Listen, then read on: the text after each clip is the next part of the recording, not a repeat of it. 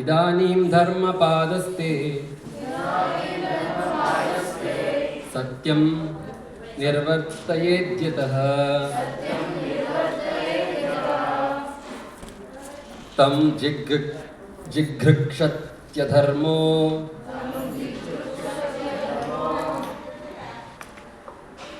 ಯಮಂದ್ರತೇನೈಧಿ ತತ್ಕಲಿಃ. ಇದಾನೀಂ ಧರ್ಮಪಾದಸ್ತೆ ಸತ್ಯಂ ನಿರ್ವರ್ತಯೇದ್ಯತಃ ತಂ ಜಿಘೃಕ್ಷತ್ಯಧರ್ಮೋ ಯಮಂದ್ರತೇನೈಧಿ ತತ್ಕಲಿಃ. ಇದಾನೀಂ ಧರ್ಮಪಾದಸ್ತೆ ಸತ್ಯಂ ನಿರ್ವರ್ತಯೇದ್ಯತಃ ತಂ ಜಿಘೃಕ್ಷತ್ಯಧರ್ಮೋ ಯಮಂದ್ರತೇನೈಧಿ ತತ್ಕಲಿಃ.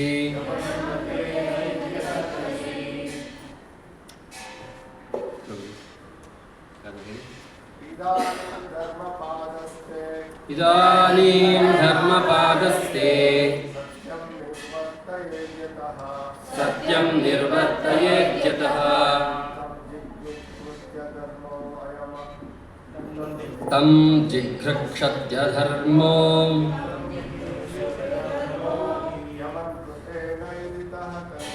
ಯಮಂದ್ರತೇನೈಧಿ ತತ್ಕಲಿಃ.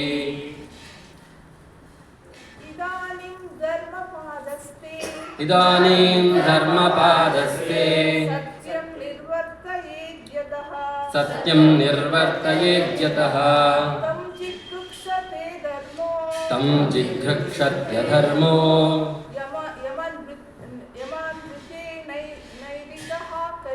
ಯಮಂದ್ರತೇನೈಧಿ ತತ್ಕಲಿಃ. ಪದಾರ್ಥ ಅನುವಾದ ಹಾಗೂ ಭಾವಾರ್ಥ ಶ್ರೀಲ ಪ್ರಭುಪಾದ ಮುಖಾಂತರ. ಶ್ರೀಲ ಪ್ರಭುಪಾದ ಕಿ ಜಯ.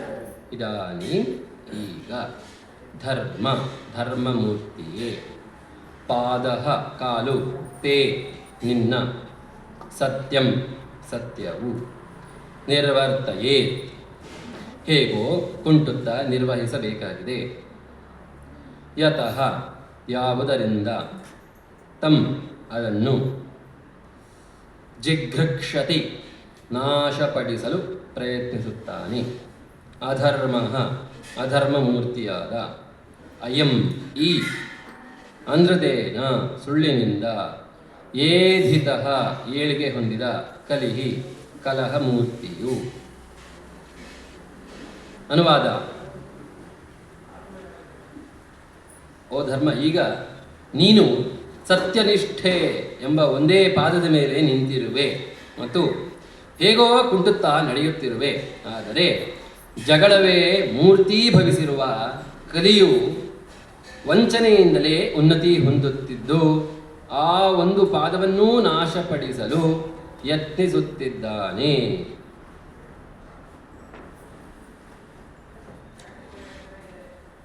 ಭಾವಾರ್ಥ. ಧರ್ಮತತ್ವಗಳು ಯಾವುದೋ ಧರ್ಮಾಂಧತೆಯಲ್ಲಿ ಅಥವಾ ಮಾನವ ನಿರ್ಮಿತ ಸೂತ್ರಗಳಲ್ಲಿ ನಿಂತಿರುವುದಿಲ್ಲ. ಅವು ತಪಸ್ಸು, ಶುದ್ಧತೆ, ದಯೆ ಮತ್ತು ಸತ್ಯನಿಷ್ಠೆ ಎಂಬ 4 ಪ್ರಾಥಮಿಕ ನಿಯಂತ್ರಣದ ಆಚರಣೆಗಳಲ್ಲಿ ನಿಂತಿರುತ್ತವೆ. ಜನ ಸಮುದಾಯಕ್ಕೆ ಈ ತತ್ವಗಳನ್ನು ಆಚರಿಸಲು ಬಾಲ್ಯದಿಂದಲೇ ಕಲಿಸಿಕೊಡಬೇಕು. ತಪಶ್ಚರ್ಯೆ ಎಂದರೆ ದೇಹಕ್ಕೆ ಅಷ್ಟೇನೂ ಸುಖಕರವಾಗಿರದ, ಆದರೆ ಅಧ್ಯಾತ್ಮ ಸಾಕ್ಷಾತ್ಕಾರಕ್ಕೆ ಅನುಕೂಲಕರವಾಗುವ ವಸ್ತುಗಳನ್ನು ಸ್ವಯಂ ಇಚ್ಛೆಯಿಂದ ಸ್ವೀಕರಿಸುವುದು. ಉದಾಹರಣೆ, ಉಪವಾಸ. ತಿಂಗಳಿಗೆ 2 ಅಥವಾ 4 ಬಾರಿ ಉಪವಾಸ ಮಾಡುವುದು ಒಂದು ರೀತಿಯ ತಪಶ್ಚರ್ಯೆ. ಅಧ್ಯಾತ್ಮ ಸಾಕ್ಷಾತ್ಕಾರಕ್ಕಾಗಿ ಮಾತ್ರ ಅದನ್ನು ಸ್ವಂತ ಇಚ್ಛೆಯಿಂದ ಸ್ವೀಕರಿಸಬಹುದು. ಇದು ರಾಜಕೀಯ ಅಥವಾ ಬೇರೆ ಯಾವ ಉದ್ದೇಶಗಳಿಗೂ ಅಲ್ಲ. ಅಧ್ಯಾತ್ಮ ಸಾಕ್ಷಾತ್ಕಾರಕ್ಕಲ್ಲದೆ ಬೇರೆ ಉದ್ದೇಶಗಳಿಗಾಗಿ ಮಾಡುವ ಉಪವಾಸ ವ್ರತಗಳನ್ನು ಭಗವದ್ಗೀತೆಯಲ್ಲಿ ನಿಂದಿಸಲಾಗಿದೆ. ಹಾಗೆಯೇ ಶುಚಿತ್ವವು ದೇಹಕ್ಕೂ ಮನಸ್ಸಿಗೂ ಅವಶ್ಯ. ಕೇವಲ ದೇಹ ಶುಚಿತ್ವವು ಕೆಲವು ಮಟ್ಟಿಗೆ ಉಪಯೋಗಕರ, ಆದರೆ ಮನಸ್ಸಿನ ಶುಚಿತ್ವವು ಅತ್ಯವಶ್ಯ. ಅದು ಪರಮಪ್ರಭುವಿನ ಗುಣಗಾನವನ್ನು ಮಾಡುವುದರಿಂದ ಪರಿಣಮಿಸುವುದು. ಭಗವಂತನ ಗುಣಗಾನವನ್ನು ಮಾಡದೆ ಯಾವೊಬ್ಬನೂ ತನ್ನ ಮನಸ್ಸಿನಲ್ಲಿ ಶೇಖರಣೆಯಾದ ಧೂಳನ್ನು ಶುಚಿಗೊಳಿಸಲಾರನು. ಆಸ್ತಿಕ ನಾಗರಿಕತೆಯು ಮನಸ್ಸನ್ನು ಶುಚಿಗೊಳಿಸಲಾಗದು, ಏಕೆಂದರೆ ಅದಕ್ಕೆ ದೇವರ ಕಲ್ಪನೆಯೇ ಇರುವುದಿಲ್ಲ. ಇದೇ ಸರಳವಾದ ಕಾರಣದಿಂದ ನಾಸ್ತಿಕ ನಾಗರಿಕತೆಯ ಜನರು ಭೌತಿಕವಾಗಿ ಎಷ್ಟೇ ಸುಸಜ್ಜಿತರಾಗಿದ್ದರೂ ಸಹಿತ ಅವರಲ್ಲಿ ಸದ್ಗುಣಗಳು ಇರಲಾರವು. ಯಾವುದೇ ವಿಷಯವನ್ನಾದರೂ ನಾವು ಅದರ ಫಲದಿಂದ ನೋಡಬೇಕು. ಕಲಿಯುಗದಲ್ಲಿ ಮಾನವ ನಾಗರಿಕತೆಯ ಫಲವೆಂದರೆ ಅಸಂತುಷ್ಟಿ. ಆದ್ದರಿಂದ ಪ್ರತಿಯೊಬ್ಬನೂ ಮನಃಶಾಂತಿ ಪಡೆಯಲು ಕಾತರನಾಗಿದ್ದಾನೆ. ಸತ್ಯಯುಗದಲ್ಲಿ ಈ ರೀತಿಯ ಮನಃಶಾಂತಿಯು ಪರಿಪೂರ್ಣವಾಗಿತ್ತು, ಏಕೆಂದರೆ ಮೇಲೆ ಹೇಳಿದ ಮಾನವೀಯ ವಿಶೇಷತೆಗಳು ಪ್ರತಿಯೊಬ್ಬರಲ್ಲಿಯೂ ಇದ್ದವು. ಬರುತ್ತಾ ತ್ರೇತಾಯುಗದಲ್ಲಿ ಈ ವಿಶೇಷಗಳು ಕಡಿಮೆಯಾಗಿ ಮುಕ್ಕಾಲು ಪಾಲಾದವು. ದ್ವಾಪರದಲ್ಲಿ ಅರ್ಧಕ್ಕೆ ಇಳಿದು ಈ ಕಲಿಯುಗದಲ್ಲಿ ಕಾಲು ಭಾಗವಾಗಿ ಅಸತ್ಯವರ್ತನೆಗಳಿಂದ ಅದೂ ಕೂಡ ಕುಗ್ಗುತ್ತಿದೆ. ಕೃತಕವಾದ ಇಲ್ಲವೇ ನಿಜವಾದ ಗರ್ವದಿಂದ ವ್ರತದ ಫಲವು ಕೆಡುತ್ತದೆ. ಸ್ತ್ರೀ ಸಂಘದ ಬಗ್ಗೆ ಇರುವ ಅತಿ ವ್ಯಾಮೋಹದಿಂದ ಶುಚಿತ್ವವು ಹಾಳಾಗುತ್ತಿದೆ. ಅತಿಯಾದ ಮದ್ಯಪಾನಾಸಕ್ತಿಯಿಂದ ದಯಾಗುಣವು ಕೆಟ್ಟು ಹೋಗುತ್ತಿದೆ. ಅತಿಯಾದ ಮಿಥ್ಯಾಪ್ರಚಾರದಿಂದ ಸತ್ಯನಿಷ್ಠೆ ಕೆಡುತ್ತಿದೆ. ಭಾಗವತ ಧರ್ಮದ ಪುನರುಜ್ಜೀವನವು ಎಲ್ಲ ಬಗೆಯ ಕೆಡುಕುಗಳಿಗೆ ಬಲಿಯಾಗುತ್ತಿರುವ ಮಾನವ ನಾಗರಿಕತೆಯನ್ನು ಕಾಪಾಡಬಹುದು.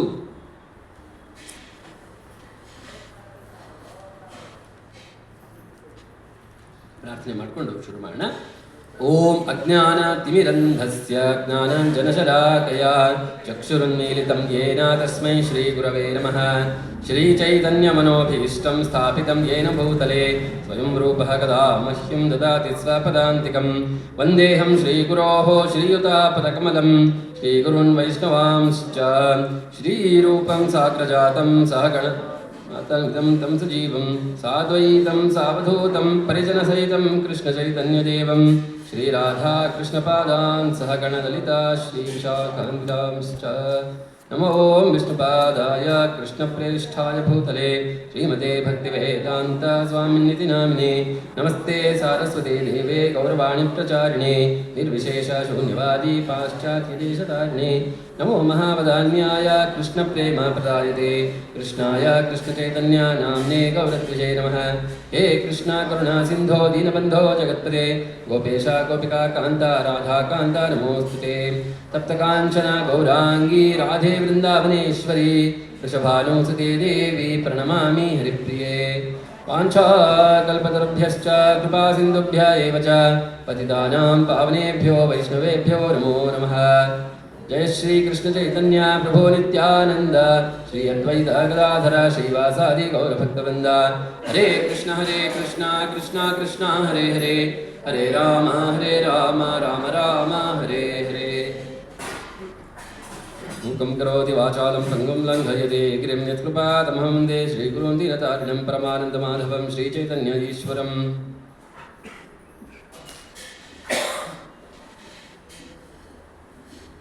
ಹರೇ ಕೃಷ್ಣ. ಎಲ್ಲ ಭಕ್ತರಿಗೂ ಭಾಗವತದ ಚರ್ಚೆಗೆ, ಭಾನುವಾರದ ಭಾಗವತ ಚರ್ಚೆಗೆ ಸುಸ್ವಾಗತ. ಚರ್ಚೆಗೆ ಆದಿಯಾಗಿ ನಾನು ಶಿಲಪ್ರಭುಪಾದ್ರ ಹಾಗೂ ಶ್ರೀ ಶ್ರೀ ರಾಧಾಮಾಧವ ಅಷ್ಟಸಖಿ ಜಗನ್ನಾಥ ಸುಭದ್ರ ಶ್ರೀ ಗೌರಿತಾರ್ ಹಾಗೂ ಸಮಸ್ತ ಗುರು ಪರಂಪರೆ, ಈಗಿನ ಆಚಾರ್ಯ ಪರಂಪರೆ ಹಾಗೂ ಎಲ್ಲ ಹಿರಿಯ ವೈಷ್ಣವ ಭಕ್ತರ ಕೃಪಾಶೀರ್ವಾದವನ್ನು ಬೇಡ್ತಾ ಈ ಭಾಗವತ ಚರ್ಚೆಯಿಂದ ನಿಮ್ಮೆಲ್ಲರ ಆಧ್ಯಾತ್ಮಿಕ ಜ್ಞಾನ ವೃದ್ಧಿಯಾಗಿ, ನಮ್ಮ ಕೃಷ್ಣ ಪ್ರಜ್ಞೆ ವೃದ್ಧಿಯಾಗಿ ಹಾಗೂ ನನ್ನ ಆತ್ಮಶುದ್ಧಿಯಾಗಲಿ ಅಂತ ಪ್ರಾರ್ಥನೆ ಮಾಡ್ತಾ ಇದ್ದೀನಿ. ಶ್ಲೋಕ 25.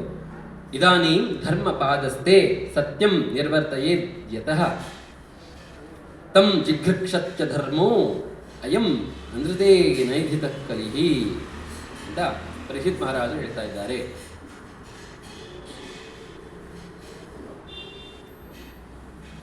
ಈ ಶ್ಲೋಕದ ಹಿಂದಿನ ಶ್ಲೋಕ ಏನಾಗಿತ್ತು ಅಂತಂದ್ರೆ, ತಪಶ್ಚೌಚಂ ದಯಾ ಸತ್ಯಂ ಇತಿ ಪಾದಾಃ ಕೃತೆ ಕೃತಾಃ ಅಧರ್ಮಾಮಯೀಂ ಶತ್ರಯೋ ಭಗ್ನಾಃ ಸ್ಮಯ ಸಂಗಮದೈಸ್ತವ. ಇದು ಪರೀಕ್ಷಿತ್ ಮಹಾರಾಜರು ಹಾಗೂ ವೃಷಭ ಅಥವಾ ಎತ್ತಿನ ರೂಪದಲ್ಲಿ ಬಂದಂತಹ ಧರ್ಮ, ಒಂಟಿ ಕಾಲ ಮೇಲೆ ನಿಂತಹ ಧರ್ಮ, ಇವರ ಮಧ್ಯೆ ಆಗ್ತಿರೋ ಸಂವಾದ. ಪರೀಕ್ಷಿತ್ ಮಹಾರಾಜರು ಕೇಳ್ತಾರೆ, ನಿನ್ನ ಈ ವ್ಯವಸ್ಥೆಗೆ ಒಂದೇ ಕಾಲಲ್ಲಿದೆ ಇದೆಯಲ್ಲ ನೀನು. ಪರೀಕ್ಷಿತ್ ಮಹಾರಾಜರು ನೋಡಿದ್ರು, ಕಲ್ಲಿನೇ ಪ್ರಹಾರ ಮಾಡ್ತಾ ಇರೋದನ್ನು ನೋಡಿ, ಆದರೆ ರೆಡಿಯಾಗಿದ್ದ ಕಾಯಿಸ್ಬೇಕು ಅಂತ ನೋಡಿದ್ರು. ಆದರೂ ಪ್ರಶ್ನೆ ಕೇಳ್ತಾರೆ, ಯಾಕಂದರೆ ಫಿಟ್ನೆಸ್ ಬೇಕಲ್ವಾ. ಈಗೂ ಅಷ್ಟೇ ಲಾನಲ್ಲಿ ನಿಮಗೆ ಒಂದು ಕ್ರೈಮ್ ಸೀನಲ್ಲಿ ಏನಾಯಿತು ಅಂತ ಯಾರು ಹೇಳಿದ್ರು ಅದಕ್ಕೆ ವಿಟ್ನೆಸ್ ಕೇಳ್ತಾರೆ. ವಿಟ್ನೆಸ್ ಇದ್ದರೆ ತಾನೇ ಶಿಕ್ಷೆ ಕೊಡೋದು. ಅದೇ ರೀತಿ ಪರೀಕ್ಷಿತ್ ಮಹಾರಾಜರು ಕೇಳ್ತಾರೆ, ಯಾರು ನಿನಗೆ ಈ ಥರ ಮಾಡಿದ್ದು? ಆಗ ಧರ್ಮ, ಕೆಲವರು ನಮ್ಮ ಹಿಂದಿನ ಕರ್ಮಗಳ ಮಾಡಿದ್ದು ಅಂತ ಹೇಳ್ತಾರೆ, ಕೆಲವರು ಭಗವಂತನ ಒಂದು ಈ ಅನುಮೋದನೆಯಿಂದ ಆಯಿತು ಅಂತ ಹೇಳ್ತಾರೆ. ಸೊ ಈ ರೀತಿಯಾಗಿ ಅವರು ಆ ಶಾಸ್ತ್ರದ ಒಂದು ಆಳವನ್ನು ತೋರಿಸಿದಾಗ ಪರೀಕ್ಷಿತ್ ಮಹಾರಾಜರು ಹೇಳ್ತಾರೆ, ಈ ರೀತಿ ನೀನು ಮಾತಾಡಿದ್ದು ಕೇಳಿಸ್ಕೊಂಡೆ ನಾನು, ತುಂಬ ತೃಪ್ತಿ ಆಯಿತು. ಈ ರೀತಿ ಬೇರೆ ಯಾರೂ ಮಾತಾಡೋಕ್ಕೆ ಸಾಧ್ಯ ಇಲ್ಲ, ಕೇವಲ ಧರ್ಮ ಮಾತ್ರ ಮಾತಾಡೋಕ್ಕೆ ಸಾಧ್ಯ. ಇಷ್ಟು ಧರ್ಮವನ್ನು ಚೆನ್ನಾಗಿ ಅರ್ಥ ಮಾಡ್ಕೊಳ್ಳೋದು. ಸಾಮಾನ್ಯವಾಗಿ ಯಾರನ್ನ ಕಪಾಳ ಕೊಟ್ಟರೆ ಯಾರು ಕೊಡ್ತಿದ್ರು ಇವನು ಅಂತ ತೋರಿಸ್ಬಿಡ್ತೀವಿ ತಕ್ಷಣ. ಆದರೆ ಇಲ್ಲಿ ಧರ್ಮ ಆಳವಾಗಿ ಯೋಚನೆ ಮಾಡ್ತಾರೆ. ಯಾರೋ ಮನೆ ಬಂದು ನಮ್ಗೆ ಹೊಡಿಬೋದಿಲ್ಲ, ಏನೋ ಕಾರಣ ಇದ್ದೇ ಇರುತ್ತೆ, ಒಂದು ಇಮಿಡಿಯೇಟ್ ಕಾರಣ ಇರುತ್ತೆ. ಏನೋ ನೀನು ಬೈದೈತಿ ಅದಕ್ಕೆ ಹೊಡಿದಿದೆ, ಬಟ್ ಅದಕ್ಕೂ ಇನ್ನೊಂದು ಕಾರಣ ಇರುತ್ತೆ. ಯಾಕೆ ಆ ಸನ್ನಿವೇಶ ಏರ್ಪಾಡಾಯಿತು ಅದಕ್ಕೂ ಕಾರಣ ಇರುತ್ತೆ. ಅವು ಹಿಂದಿನ ನಮ್ಮದು ಏನೋ ಮಾಡಿರ್ತೀವಿ, ಪ್ರತಿಯಾಗಿ ಅದಕ್ಕೆ ಆಗ್ತಾ ಇರುತ್ತೆ, ಈ ರೀತಿಯಾಗಿ ಆ ಪ್ರತಿಫಲ ಸಿಗ್ತಾ ಇರುತ್ತೆ. ಸೊ ಈ ರೀತಿಯಾಗಿ ಇನ್ನೂ ಆಳಕ್ಕೆ ಹೋದರೆ ಆ ಥರ ಅರೇಂಜ್ಮೆಂಟ್ ಯಾರು ಮಾಡಿದ್ದು? ಎಲ್ಲ ಭಗವಂತ ಮಾಡಿದ್ದು. ಭಗವಂತ ಆ ರೀತಿ ಅರೇಂಜ್ಮೆಂಟ್ ಮಾಡಿದ್ರೆ ತಾನೇ ಈ ಥರ ಆಗ್ತಾ ಇದೆ. ಇವಾಗ ನಾವು ಏನೋ ತಪ್ಪು ಮಾಡಿದರೆ ನ್ಯಾಯಾಲಯಕ್ಕೆ ಹೋದರೆ ಅಲ್ಲಿ ಜಡ್ಜು ಒಂದು ಶಿಕ್ಷೆಯನ್ನು ಹೇಳ್ತಾರೆ ಅಲ್ವಾ. ನಾವು ಜಡ್ಜ್ನ ಹೇಳೋಕ್ಕಾಗತ್ತಾ? ಜಡ್ಜೇ ನಮಗೆ ಶಿಕ್ಷೆ ಕೊಟ್ಟಿದ್ದು ಅಂತ? ಒಂದರ್ಥದಲ್ಲಿ ಅವರೇ ಕೊಟ್ಟಿದ್ದು, ಬಟ್ ಯಾಕೆ ಕೊಟ್ಟರು ನಮಗೆ? ನಾವೇನೋ ಮಾಡಿ ತಪ್ಪು ಕೊಟ್ಟರು, ಆಯಿತು. ನಾನು ತಪ್ಪು ಮಾಡೋದಕ್ಕೆ ಶಿಕ್ಷೆ ಆಗಬೇಕು ಅಂತ ಯಾರು ನಿರ್ಧಾರ ಮಾಡಿದ್ದು? ನ್ಯಾಯಾಧೀಶರ? ಇಲ್ಲ, ಅದಕ್ಕೆ ಮುಂಚೆ ಯಾರೋ ಆ ಬುಕ್ನ ಬರೆದ್ರು, ಕಾನೂನು ಪುಸ್ತಕನ ಬರೆದ್ರು ಕೂತ್ಕೊಂಡು, ಆಯಿತಾ. ಸೊ ಆ ರೀತಿಯಾಗಿ ನಾವು ಹೇಳ್ಬೋದು. ಅದೇ ರೀತಿ ನಮ್ಮ ಈ ಪ್ರಾಪಂಚಿಕ ವ್ಯವಸ್ಥೆ ಅನ್ನೋದಿದೆ. ಪ್ರಭುಪಾದರು ಭಾರತದಲ್ಲಿ ಮೊದಲನೇ ಮಾತು ಹೇಳ್ತಾ ಇದ್ದಾರೆ, ಧರ್ಮ ತತ್ವಗಳು ಯಾವುದೋ ಧರ್ಮ ಅಂಧತೆ ಅಥವಾ ಮಾನವ ನಿರ್ಮಿತ ಸೂತ್ರಗಳಲ್ಲಿ ನಿಂತಿರುವುದಿಲ್ಲ. ಮನುಷ್ಯ ಮಾಡಿದ್ದಲ್ಲ ಧರ್ಮತತ್ವಗಳು. ಈ ಕರ್ಮದ ಒಂದು ನ್ಯಾಯ ಅಂತ ಏನಿದೆ ಅದನ್ನು ಯಾವ ಮನುಷ್ಯರು ಮಾಡಿದ್ದಲ್ಲ. ಒಬ್ಬ ಯಾರೋ ತಪ್ಪು ಮಾಡ್ತಾನೆ ಅನ್ಕೊಳ್ಳಿ, ಕಳ್ತನ ಮಾಡ್ತಾನೆ, ಕಳ್ತನ ಮಾಡಿಬಿಟ್ಟು ನೀನು ಜೈಲ್ಗೆ ಹಾಕ್ತೀವಪ್ಪ ಅಂದ್ರೆ, ಯಾಕೆ ಹಾಕ್ತೀರೋ ಜೈಲಿಗೆ? ನೀನು ಕಳ್ತನ ಮಾಡಿದ್ಯಾ, ಸರಿ, ಕಳ್ತನ ಮಾಡಿದ್ರೆ ಜೈಲ್ಗೆ ಹಾಕ್ಬೇಕು ಅಂತ ಯಾರು ಹೇಳಿದ್ರು? ಕಾನೂನು ಪುಸ್ತಕದಲ್ಲಿ ಬರೆದಿದ್ದಾರೆ. ಆ ಪುಸ್ತಕನ ಯಾರು ಬರೆದ್ರು, ಯಾಕೆ ಬರೆದ್ರು? ಆ ಥರ ಪ್ರಶ್ನೆ ಮಾಡೋದು ಬುದ್ಧಿವಂತಿಕೆನಾ? ಅಥವಾ ಅರ್ಥ ಮಾಡಿಕೊಂಡು ಹೌದು ನಾನು ತಪ್ಪು ಮಾಡಬಾರ್ದು, ತಿದ್ಕೋಬೇಕು, ಅದನ್ನು ನಾವು ಅರ್ಥ ಮಾಡ್ಕೋಬೇಕು. ಸುಮ್ಮನೆ ಮೊಂಡಾಟದ ಪ್ರಶ್ನೆ ಮಾಡೋದಲ್ಲ. ಈ ಜಗತ್ತಿನ ನಿಯಮಗಳು ಯಾಕೆ ಈ ರೀತಿ ಇದೆ, ಯಾಕೆ ನಾವು ಮಾಡೋ ಕರ್ಮಕ್ಕೆ ಪ್ರತಿಕರ್ಮ ಬರಲೇಬೇಕು, ಅದರ ಅವಶ್ಯಕತೆ ಏನು, ಏನಕ್ಕೆ ಈ ಥರ ನಿಯಮ ಮಾಡಿದ್ದಾರೆ ಭಗವಂತ, ಅದರ ಮೂಲ ಕಾರಣ ಏನು, ಈ ಸೃಷ್ಟಿಗೆ ಮೂಲ ಕಾರಣ ಯಾಕೆ ಈ ಥರ ಮಾಡಿದ್ದಾರೆ, ಈ ಸೃಷ್ಟಿ ನಮಗೆಲ್ಲ ನೋವು ಉಂಟಾಗುತ್ತೆ, ಯಾಕಾಗತ್ತೆ, ಅದನ್ನು ಸ್ವಲ್ಪ ನಾವು ಆಲೋಚನೆ ಮಾಡಲಿ, ಅಂತರ್ಮುಖಿಗಳಾಗಿ ಅದನ್ನು ತಿಳ್ಕೊಳ್ಳಿ. ಇಲ್ಲಾಂದರೆ ನೋವು ಬರೋ ಅವಶ್ಯಕತೆನೇ ಇಲ್ವಲ್ಲ ನಮಗೆ, ಯಾವಾಗಲೂ ಆನಂದದಲ್ಲೇ ಇರಬೇಕಲ್ವ. ಸೊ ಈ ರೀತಿಯಾಗಿ ಈ ಇದು ಭೌತಿಕ ಪ್ರಪಂಚದಲ್ಲಿ ಈ ನಿಯಮಗಳನ್ನು ಭಗವಂತ ಮಾಡಿದ್ದಲ್ಲ, ಅದಕ್ಕೊಂದು ಕಾರಣ ಇದೆ. ಆ ಕಾರಣ, ಮೂಲ ಕಾರಣ ನಾವು ಚೆನ್ನಾಗಿ ಅರ್ಥ ಮಾಡ್ಕೋಬೇಕು. ಪ್ರಭುಪಾದರು ಹೇಳ್ತಾ ಇದ್ದಾರೆ, ಈ ಧರ್ಮತತ್ವಗಳು ಯಾರು ಮಾನವ ನಿರ್ಮಿತ ಅಲ್ಲ, ಅದನ್ನು ಭಗವಂತನೇ ಕೊಟ್ಟಿದ್ದಾನೆ. ಧರ್ಮಂತು ತಾತ್ ಸಾಕ್ಷಾತ್ ಭಗವತ್ ಪ್ರಣೀತಂ. ಧರ್ಮ ಅಂದರೆ ಏನು ಅನ್ನೋದು ಭಗವಂತನೇ ನಿರ್ಧಾರ ಮಾಡಿದ. ಅದಕ್ಕೋಸ್ಕರ ಧರ್ಮ ತತ್ವಗಳನ್ನು ಪಾಲನೆ ಮಾಡೋದು, ಭಗವಂತನ ನಿಯಮಗಳನ್ನು ಅನುಸರಿಸೋದು ಕಡ್ಡಾಯ, ಆಪ್ಷನಲ್ ಅಲ್ಲ. ಬೇಕು ಅಂದರೆ ಮಾಡ್ತೀನಿ, ಬೇಡ ಅಂದರೆ ಬಿಡ್ತೀನಿ ಅಂದರೆ ಆಯಿತು. ನಾವು ಬೇಡ ಅಂದರೆ ಬಿಟ್ಟರೆ, ಇವಾಗ ಹೇಗೆ ನಮ್ಮ ಗೌರ್ಮೆಂಟ್ ಕಾನೂನುಗಳನ್ನ ನಾವು ಮುರಿದ್ರೆ ನಮಗೆ ಶಿಕ್ಷೆ ಆಗೇ ಆಗುತ್ತೆ. ಇವಾಗ ತಪ್ಪಿಸ್ಕೋಬೋದು, ನಾಳೆ ತಪ್ಪಿಸ್ಕೋಬೋದು, ಸುಳ್ಳು ಹೇಳ್ಕೊಂಡು ಮರೆ ಮಾಡಿಕೊಂಡು ತಪ್ಪಿಸ್ಕೋಬೋದು. ಆದರೆ ಒಂದಲ್ಲ ಒಂದು ದಿನ ಅದಕ್ಕೆ ಶಿಕ್ಷೆ ಕೊಟ್ಟೇ ಕೊಡ್ತಾರೆ ಅಲ್ವಾ? ನಮ್ಮ ಈ ಕಾನೂನು ವ್ಯವಸ್ಥೆ ಅಷ್ಟು ಗಟ್ಟಿಮುಟ್ಟಾಗಿಲ್ಲ, ಅದರಲ್ಲಿ ಲೂಪ್ ಹೋಲ್ಸ್ ಇದೆ. ಯಾಕಂದರೆ ಮಾನವ ನಿರ್ಮಿತ. ಆದರೆ ಭಗವಂತ ನಿರ್ಮಾಣ ಮಾಡಿದ ಕಾನೂನು ಯಾವತ್ತೂ ಅದಕ್ಕೆ ನಾವು ಮೋಸ ಮಾಡೋಕ್ಕೆ ಸಾಧ್ಯನೇ ಇಲ್ಲ. ಅದಕ್ಕೆ ಅಡಿಯಾಳಾಗಿರಲೇಬೇಕು. ದೈವಿ ಏಷ ಗುಣಮಯಿ ಮಮ ಮಾಯಾ ದುರತ್ಯಯ ಮಾಮೇವ ಯೇ ಪ್ರಪದ್ಯಂತೆ ಮಾಯಾಮೇಧಾಂ ತರಂತಿತೆ. ನಿಜವಾಗ್ಲೂ ಈ ಮಾಯೆಯ ಒಂದು ಸಂಕೋಲೆಯನ್ನು ಬಿಡಿಸ್ಕೊಂಡು ನಾವು ಇದರಿಂದ ಹೊರಗಡೆ ಹೋಗಬೇಕು ಅಂದರೆ ನಮ್ಮ ಸ್ವಂತ ಪ್ರಯತ್ನದಿಂದ ಅದು ಅಸಾಧ್ಯ. ಮಮ ಮಾಯಾ ದುರತ್ಯಯ, ಅದನ್ನು ನಾನು ಅತಿಕ್ರಮಿಸಬೇಕು, ಅದನ್ನು ಮೀರಬೇಕು ಅಂದರೆ ದುರತ್ಯಯ, ಅಸಾಧ್ಯ ಅಥವಾ ಅತೀ ಕಷ್ಟ ಸಾಧ್ಯ. ಬಹಳ ಸುಲಭ ಅಲ್ಲ, ಅದು ತುಂಬ ಕಷ್ಟ. ಆದರೆ ಅದಕ್ಕೊಂದು ಸರಳ ಮಾರ್ಗ ಇದೆ. ಯಾರು ಬೇಕಾದರೂ ಮಾಡ್ಬೋದು. 5 ವರ್ಷದ ಬಾಲಕನಾದ ಪ್ರಹ್ಲಾದ ಹಿತ ಮಾಡಿದ, ಅವನಿಗೇನು ಅಷ್ಟು ಶಕ್ತಿ ಇತ್ತು ಅಲ್ಲ ಮಾಡೋಕ್ಕೆ ಅಲ್ವಾ? 5 ವರ್ಷದ ಬಾಲಕ ಅವನೇ ಮಾಡ್ಬೋದಾಗಿತ್ತು. ಏನು ಮಾಡ್ದ ಅಂತಂದರೆ ಅವರು ಮಾಮೇವಯೇ ಪ್ರಪದ್ಯಂತೆ, ಕೃಷ್ಣಗೆ ಶರಣಾದ. ಕಯಾಧುವಿನ ಗರ್ಭದಲ್ಲೇ ಅವನು ಕೃಷ್ಣನಿಗೆ ಶರಣಾಗಿದ್ದ. ಯಾಕೆಂದರೆ ನಾರದ ಮುನಿಗಳನ್ನು ಅವನು ಒಂದು ವಿಧೇಯತೆಯಿಂದ ಕೇಳಿಸ್ಕೊಂಡ. ಯಾಕಂದರೆ ಬಾಲಕರಲ್ಲಿ ಸ್ವಲ್ಪ ವಿಧೇಯತೆ ಇದೆ, ಕೇಳಿಸ್ಕೊತಾರೆ. ಸರಿಯಾದ ಮಾರ್ಗದಲ್ಲಿ ನಾವು ಅವ್ರನ್ನ ಹಾಕಿಕೊಟ್ರೆ ಅದು ಸರಿಯಾದ ಮಾರ್ಗ, ಜೀವನದಲ್ಲಿ ಅಳವಡಿಸ್ಕೋತಾರೆ. ಅದನ್ನೇ ಪ್ರಭುಪಾದರು ಮುಂದಿನ ಲೈನಲ್ಲಿ ಬರೀತಾ ಇದ್ದಾರೆ. ಏನಂತ ಹೇಳ್ತಾ ಇದ್ದಾರೆ ಅಂತಂದರೆ, ಈ ಧರ್ಮದ ತತ್ವಗಳು 4: ತಪಸ್ಸು, ಶುದ್ಧತೆ, ದಯೆ ಮತ್ತು ಸತ್ಯನಿಷ್ಠೆ. ಅದು ಹಿಂದಿನ ಶ್ಲೋಕದಲ್ಲಿ ಹೇಳಿದೆ.